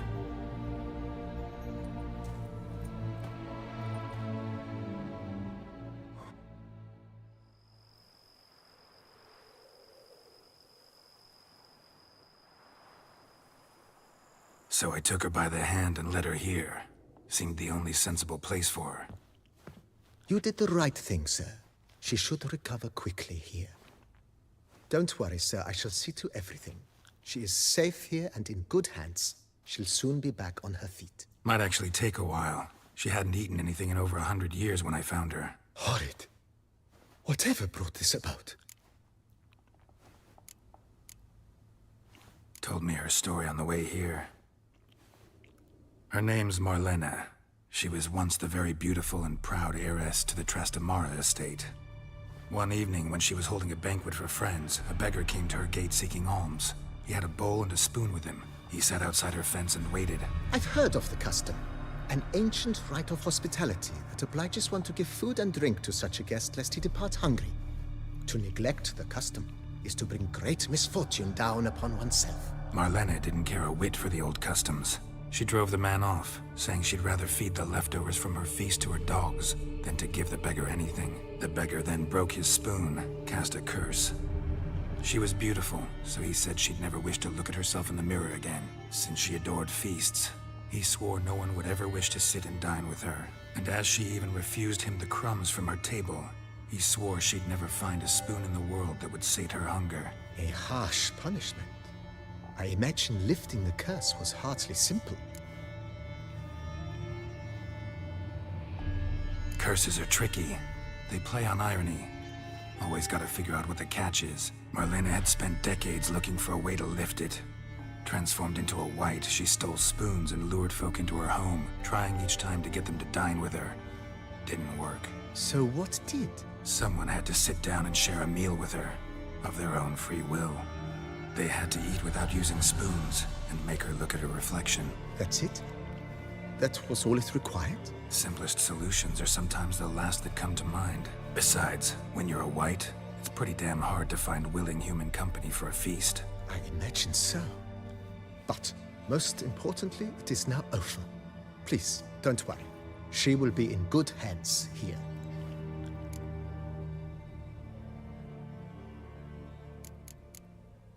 Thanks. Gotta get back to my business now. See you soon.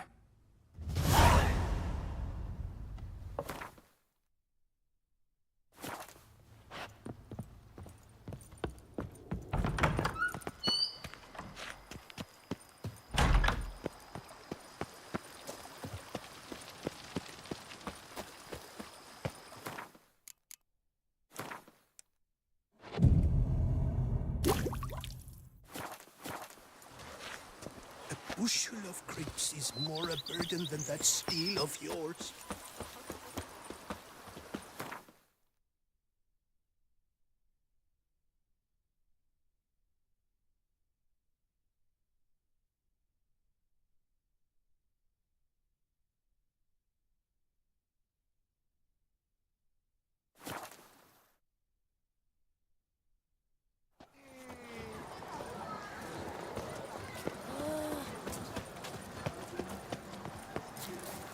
A regular customer is always a pleasant sight.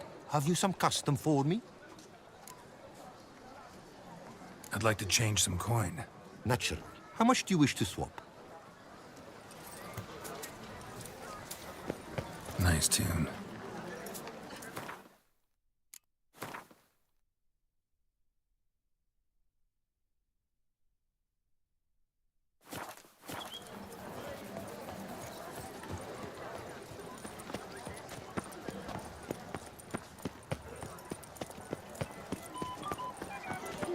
Still waters around you. What is this? Scared the fright out of me.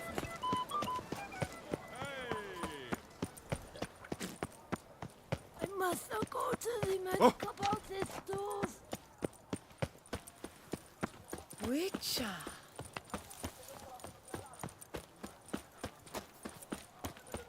Another murder by the horrid beast! Milk. Greetings. I hope your search goes well. Managed to find something already. Wonderful. I shall draft a copy. This is good. This at last will earn me the title of Grandmaster. I thank you, Witcher.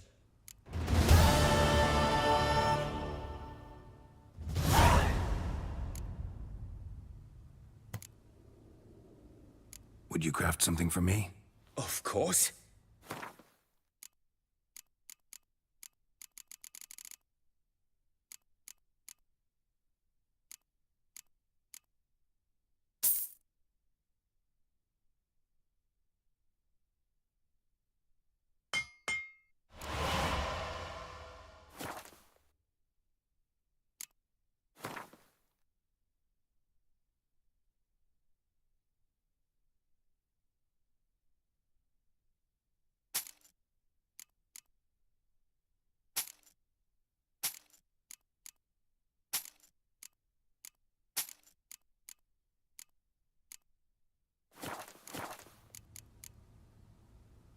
Farewell. Good luck on the path.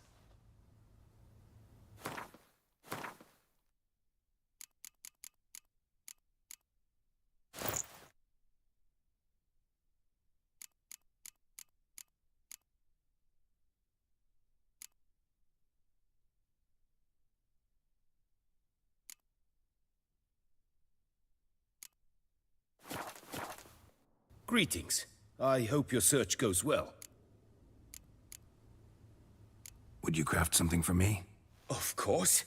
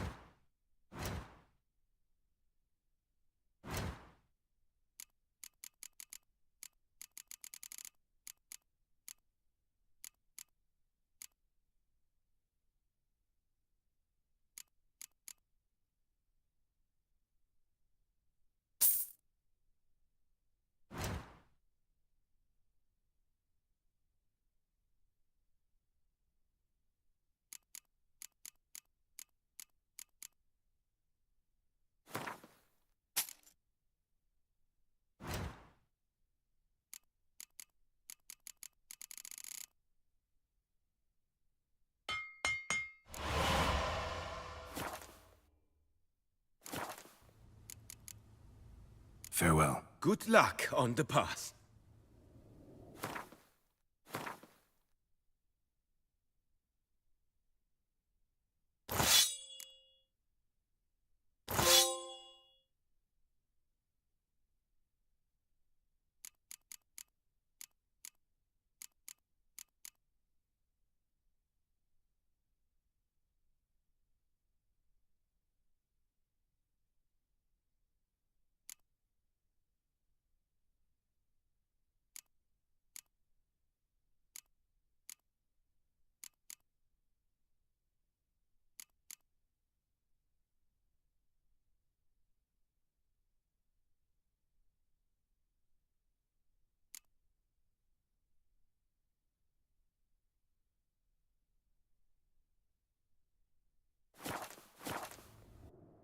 No flagellant.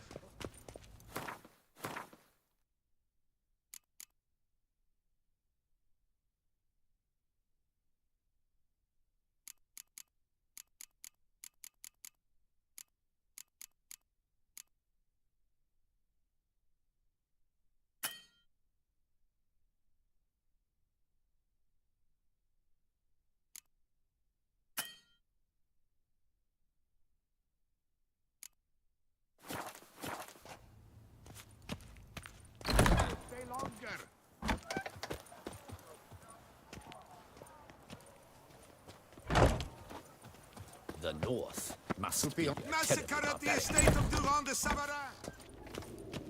Greetings. I hope your search goes well.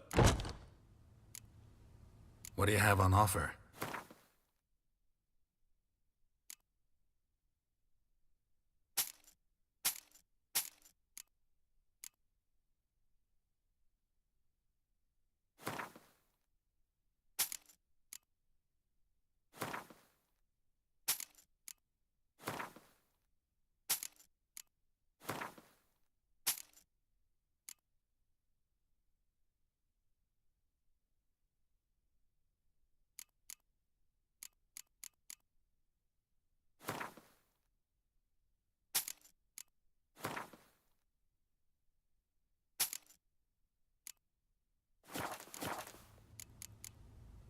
Farewell. Good luck on the path.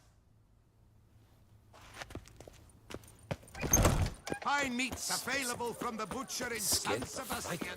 Truly, Toussaint a witcher? My mama's Boors. They say a great deal about you, Witcher, and whisper. A tip of the hat to the Tourney's mix.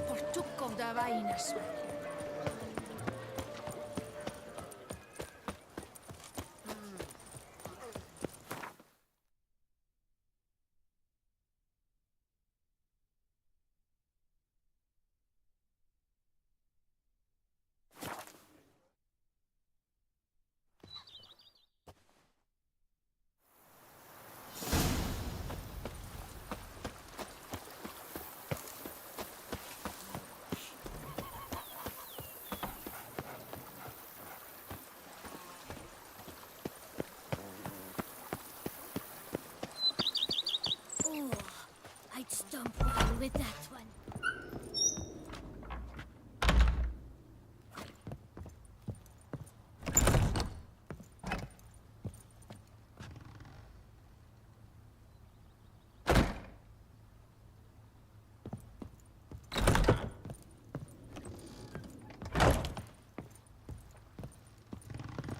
Renovations coming along all right, Barnabas Basil?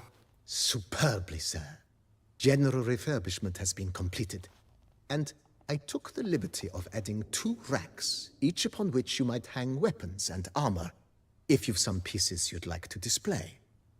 Likewise, I have prepared a few spots in which new paintings might be hung. In other news, the laborers dusting out the cellar have made a most unusual discovery.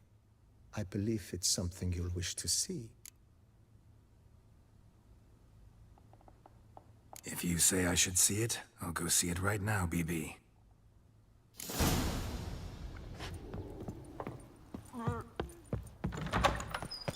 Oh, I'd stump wide with that one. We would stump till we were... Strange. Something behind this wall, I think.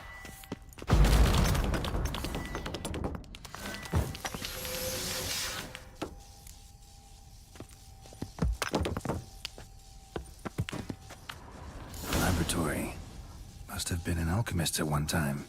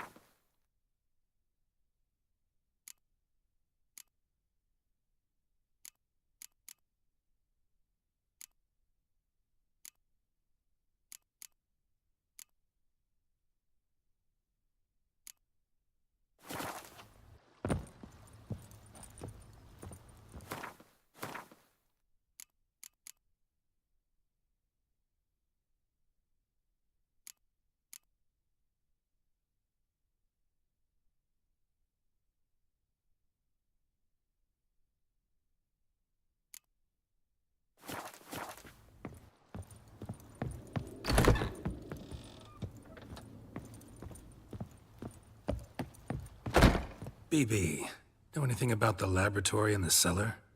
One of the previous owners take an interest in alchemy? A laboratory? Alchemy? I know nothing of it. But I understand that to a witcher this must be a very intriguing find. It is.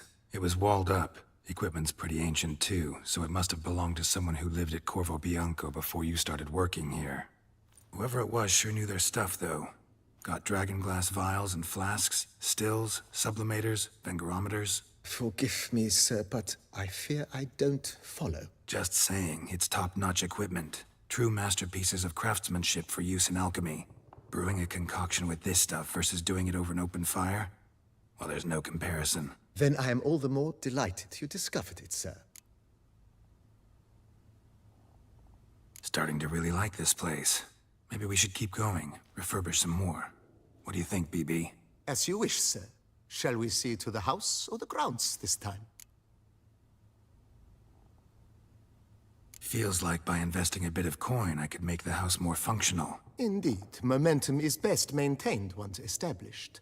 Now that we've finished the general renovations, you might begin to consider such things as a new bed, or additional armor stands, or weapon racks. Also, some new furnishings and a fresh coat of paint on the walls would do much to improve the guest quarters.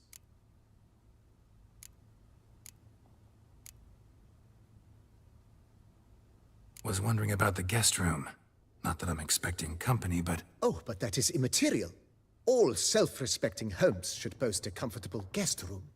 What if someone were to drop by unannounced? Yeah, sooner we start on that the better. I can tell a man of action immediately. I'll see to it myself. The room shall be ready in 2 days, in my opinion. Is there anything else you require, sir?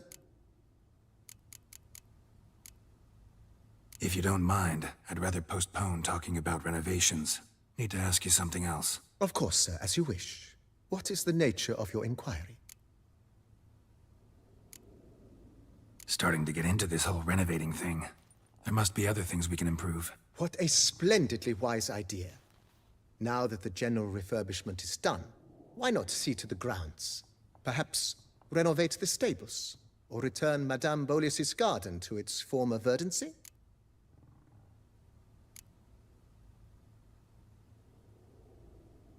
So, sometimes I have to brew a potion, but I can't find the herbs I need growing anywhere nearby. Well, you're in luck, sir. The flower garden, once kept by Madame Nina, Monsieur Boleus's wife, seems the ideal place to cultivate herbs. In fact, it's roomy enough to plant shrubbery. Good idea, Barnabas Basil. Herbs there will save me hours of painstaking searching and harvesting. The idea is yours, sir. I am but the humble executor of your will. I believe we shall have sown the first seeds in 2 days' time. Will you be needing anything else, sir? You know Roach, my horse? Well, we've been through a lot together. And since I finally got a decent place to stay, I think she deserves one too. Oh, a sturdy stable testify to a most honorable owner. Just say the word, and I'll have them start working on it at once. My Roach deserves the best. Have them refurbish the stables. I shall get to work at once. Yet finding workmen and completing construction takes time, though likely no more than 2 days. Will you be needing anything else, sir? That's all for now, BB. Thanks.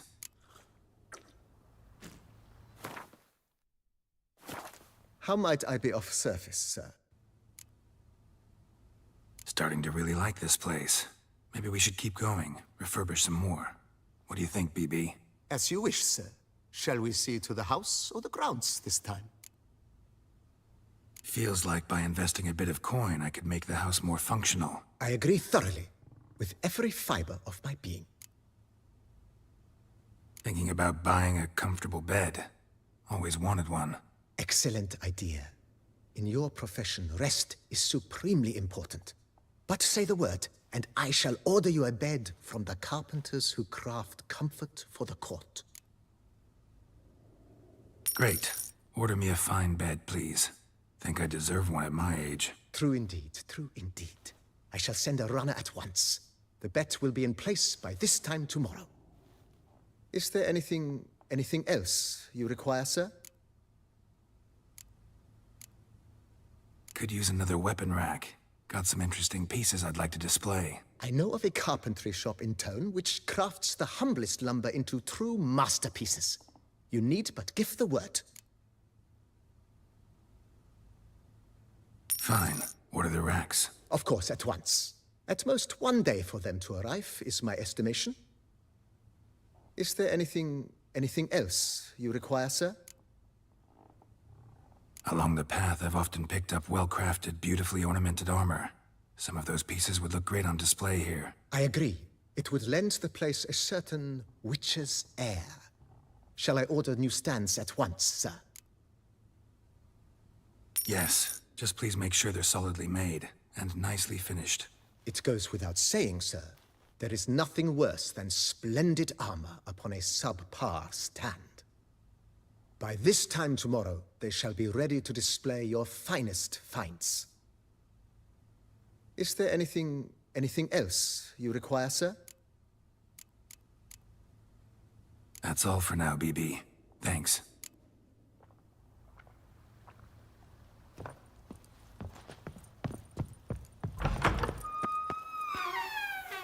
Wine is better than stew. For stew you have to chew.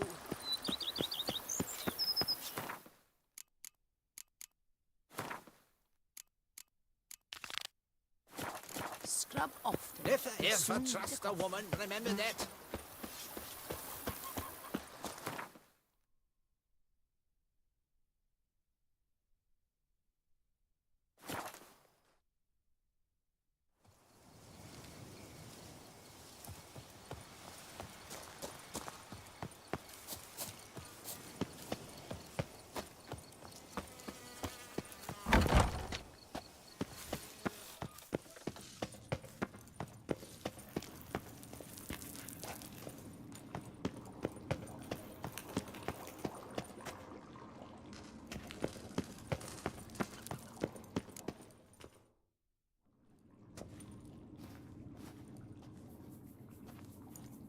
Think your friend's hand will make for a nice broth? You've clearly honed your sense of humor.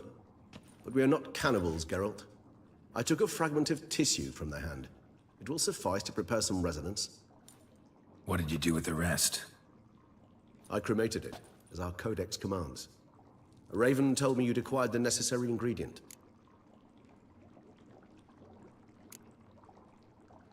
Pretty helpful creatures. Call on them often? I try not to overdo it, but they can be so useful, as they were now, when I merely needed to be sure I could arrive in time should things go sour. Managed fine alone, but thanks for the thought. Gonna need much longer to finish brewing resonance? Mentioned a last ingredient, too. What about that? That, I fear, might prove troublesome. You see, to use the concoction to summon the memories of one, the solution must contain the blood of another specimen of the same species. Shouldn't be a problem. I happen to know a higher vampire who should be willing to help. Right, Regis? It's not that simple, I'm afraid. While you were away, I tried my damnedest to identify a replacement, but alas, none such exists. Not sure I understand what the problem is. Can't we just draw some of your blood? The blood must be in an agitated state.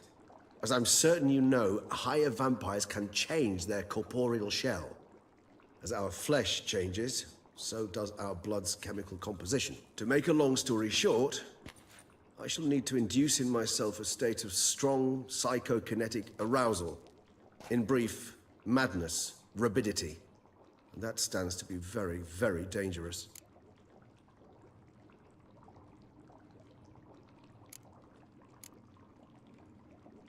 All right, so what do you want to do? We shall visit Tesha Mudna, an ancient vampire estate. There we will find cages suspended in the air. I will enter one, be confined. You will lure beasts there. Beasts you will then kill.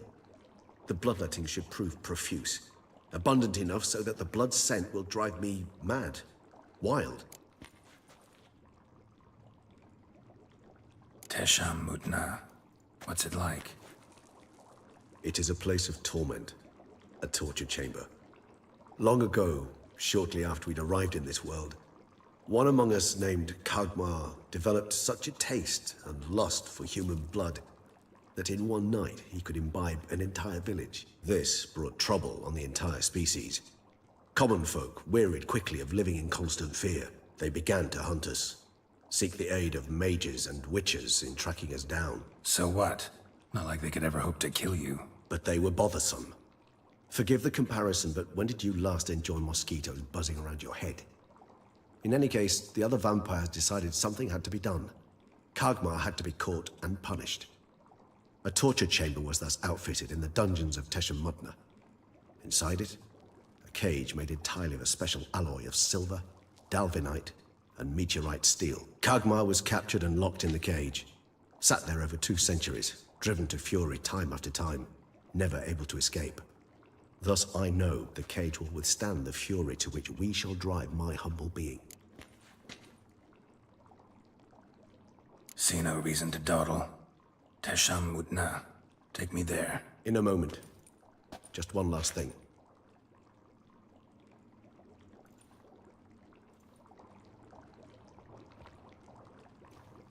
What was that? Blood. Oh, the last favor the Raven did me. I've also taken some Sangurium, a solution that sharpens one's sense of smell. One drop of blood shall smell like a gallon to me now. You crazy? You're a recovering addict. Your outrage warms my heart, Geralt. But you must remain calm. I had no choice.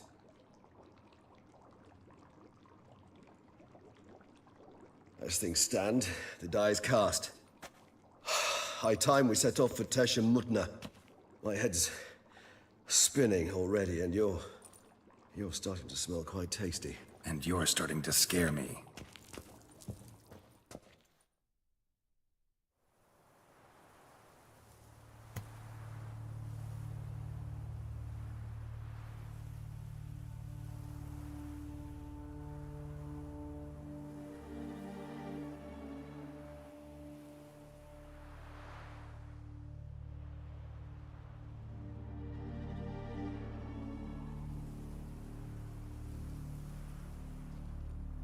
We have arrived.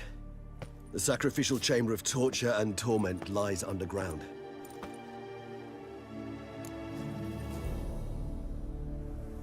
You lead.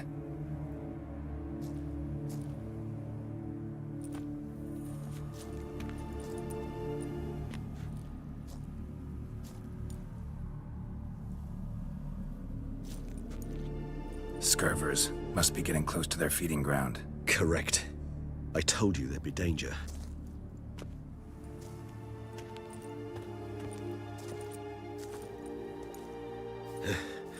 Beyond this wall lies an ancient vampire dungeon.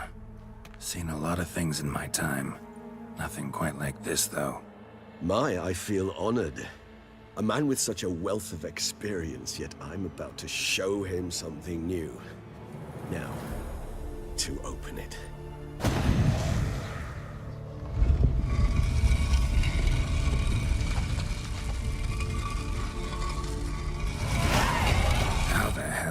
It's an ancient form of protection against unwanted guests. The mechanism which releases the latch reacts only to a higher vampire's blood. Tricky mechanisms, a vampire hideout. Fortified, secured. Must have been important to your species once, Toussaint. It shall always be so. During the conjunction, the gate from our world into this one opened upon this land and no other. This was the first place we saw. Human husbandry and care? This for real? The author observed humans, their behavior, over the many years he spent breeding them. Morally suspect though it may be, it's a thorough survey of the topic.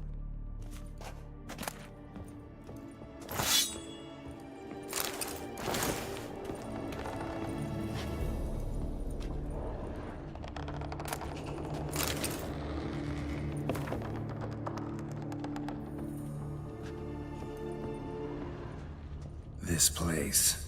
There's evil here. Death hangs in the air. Yes. A great many beings have breathed their last here.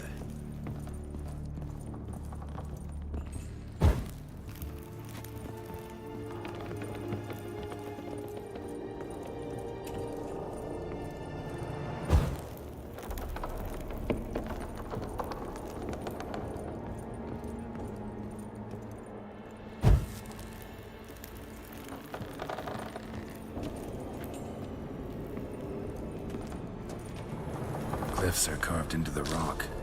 Coated with blood used to be. They mean something?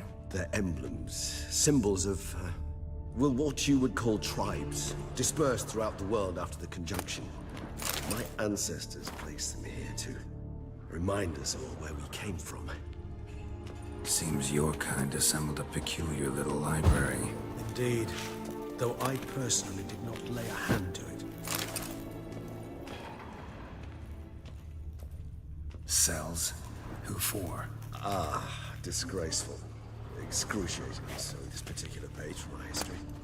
I'd rather not summon the demons of the past if it's all right with you. And this one? Which tribe's this? Garisham. My tribe, and Deadlove's. We both remained in this part of the world. And this one? Which tribe's this? Garisham. My tribe, and Deadlove's. We both remained in this part of the world.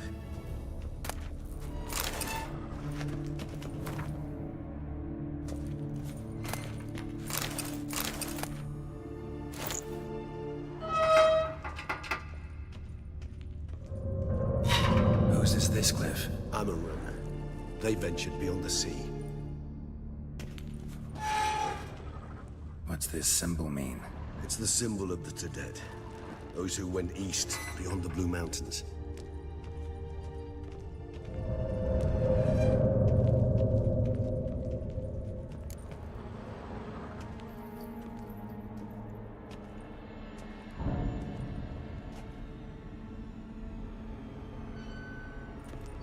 Charming place. But what are all those cages for? Mentioned one vampire being kept here. Yes, well, you see, humanitarians is something my ancestors were not.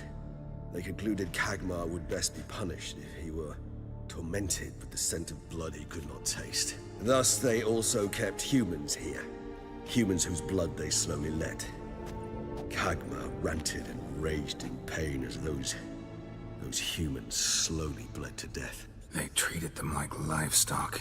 Live bait. I'd like to be able to turn back time. Deny it, but alas, I can do neither. Feel shame for my brethren. That is all I can do. Don't take it so hard. Nothing you could have done about it. Let's get to work. Well, that was awkward. Fine. I prepared the bait. Please be so kind and place it. Ideally at the tunnel entrances. The scent will spread most effectively then. Place the bait at the tunnel entrances. Monsters will catch its scent more quickly. When I think how these tunnels got here, send shivers. It was the natural order of things. The place reeked of death and it attracted necrophages.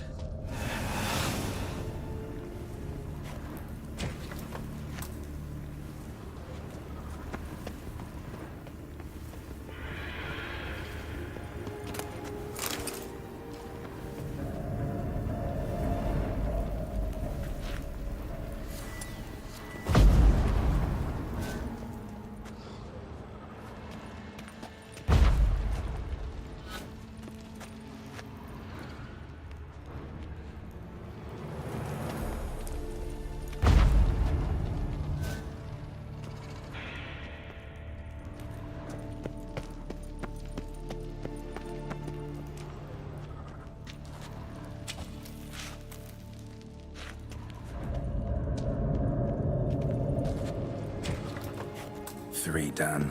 One left. Think this'll work? I certainly hope so. Meat stench is so thick I'd wager it carries clear to Novigrad.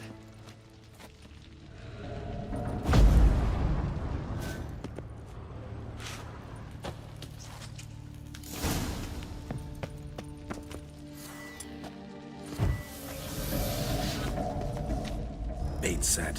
What now? I shall enter the cage. You must chain me inside. The bars are made of an alloy that will prevent me from transforming into mist. Kinda thought you wouldn't want to.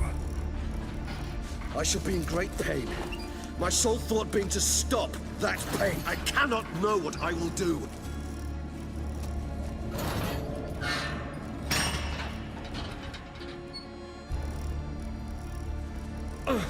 We must hurry. The beasts have caught the scent. Also, my head started spinning. That the blood? Someone who's never experienced a vampire's bloodlust does not know the true meaning of thirst.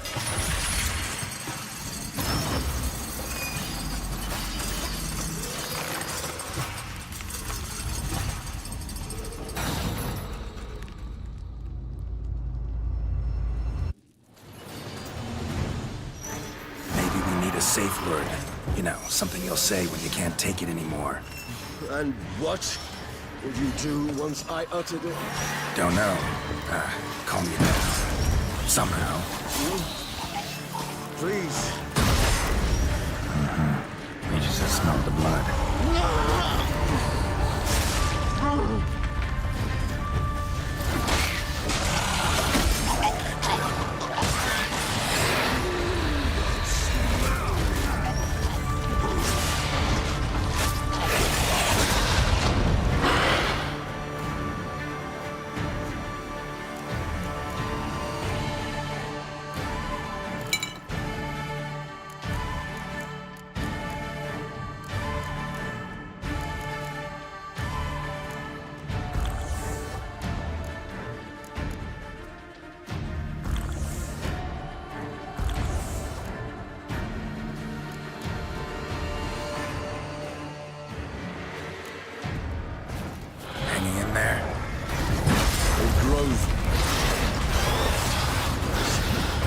I shall overcome. Good, because I can hear more coming.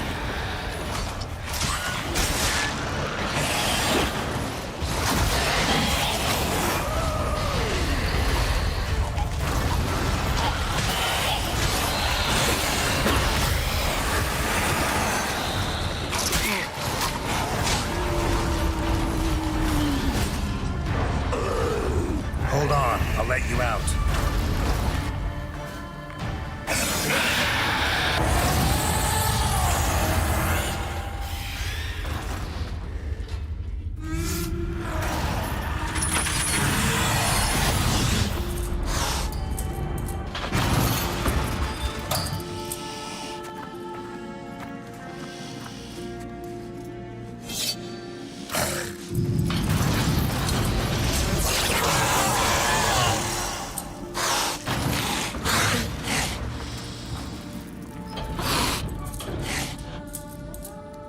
To hang on a little longer.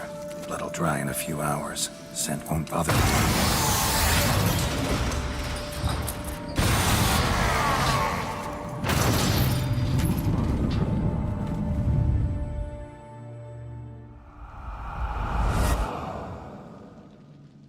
Get you out of here. The concoction.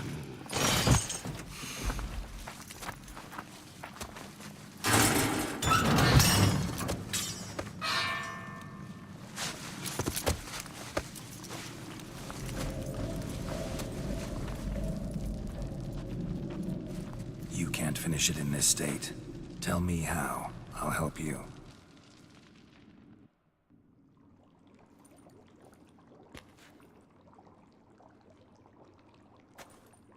Any better? Far from ideal. And some time must pass before I fully recover. But yes, a bit better, thank you.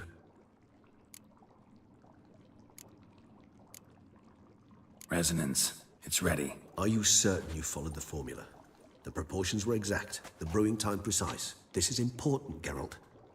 The slightest deviation could cost even a witcher dearly. Relax. Got some experience brewing potions.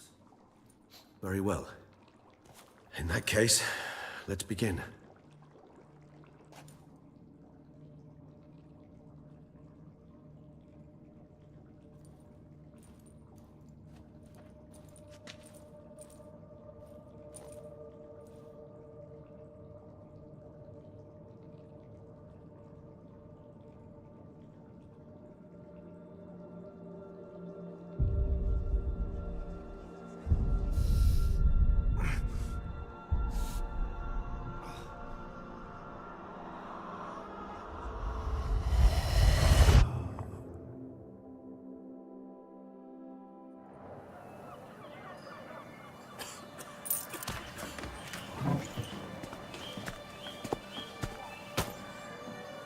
Excuse me. I shall only take a moment. You jumped the queue, sir. But, Count, sir, you must understand. I've a meeting. Sir, you were next. Please, take a seat. This gentleman was here first. Step down or you shall regret it. Ah, fails to realize he was your friend, Count.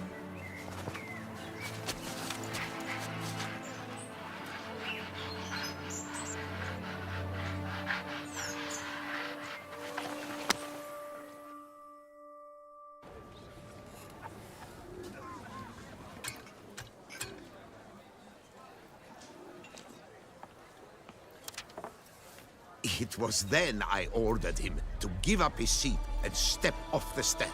If only you'd seen his face. We got him good, didn't we, Detlef?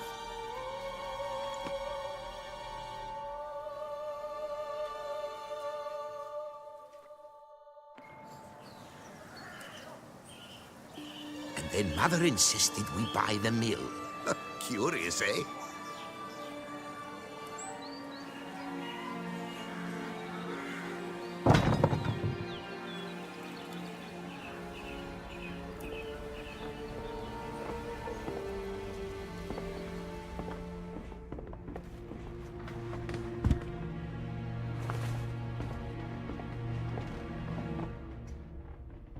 But at least I've a yarn to spin for friends and associates.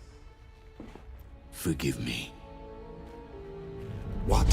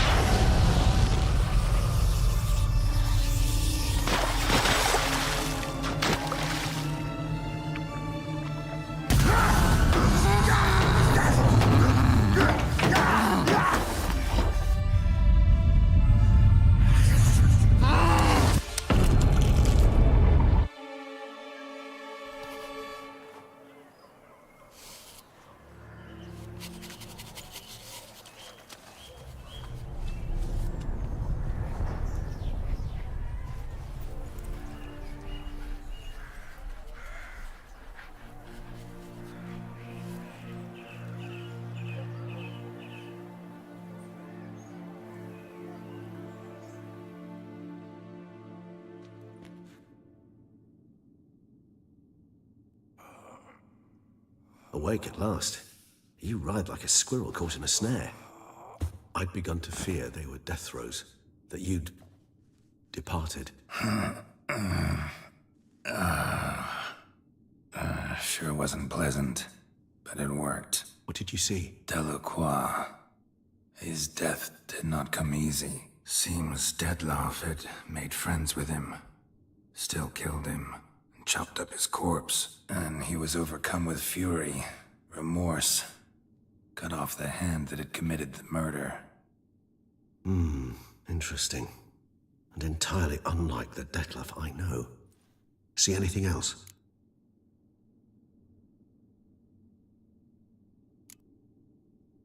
Saw a moment.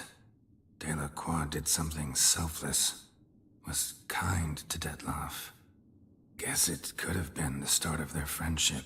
Why the uncertainty? Nothing extraordinary about it. Normal, everyday situation, really. Visions were supposed to issue from strong emotions. Clearly the situation provoked such emotions in Detlef.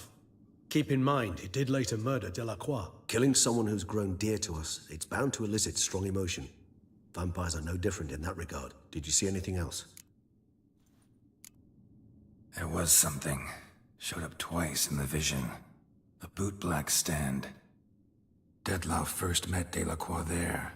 Went back after the murder, actually. Peculiar. Stand was somewhere in the Port District. And the bootblack acted as if he knew Detlef. That would be even odder. Perhaps we should have a chat with the lad. Though I would expect no breakthroughs. It's our only lead. I'll go talk to him. Coming with. I shall join you later if it's no trouble. I don't yet feel strong enough to venture out. That's fair. Rest up. Be back as soon as I learn anything.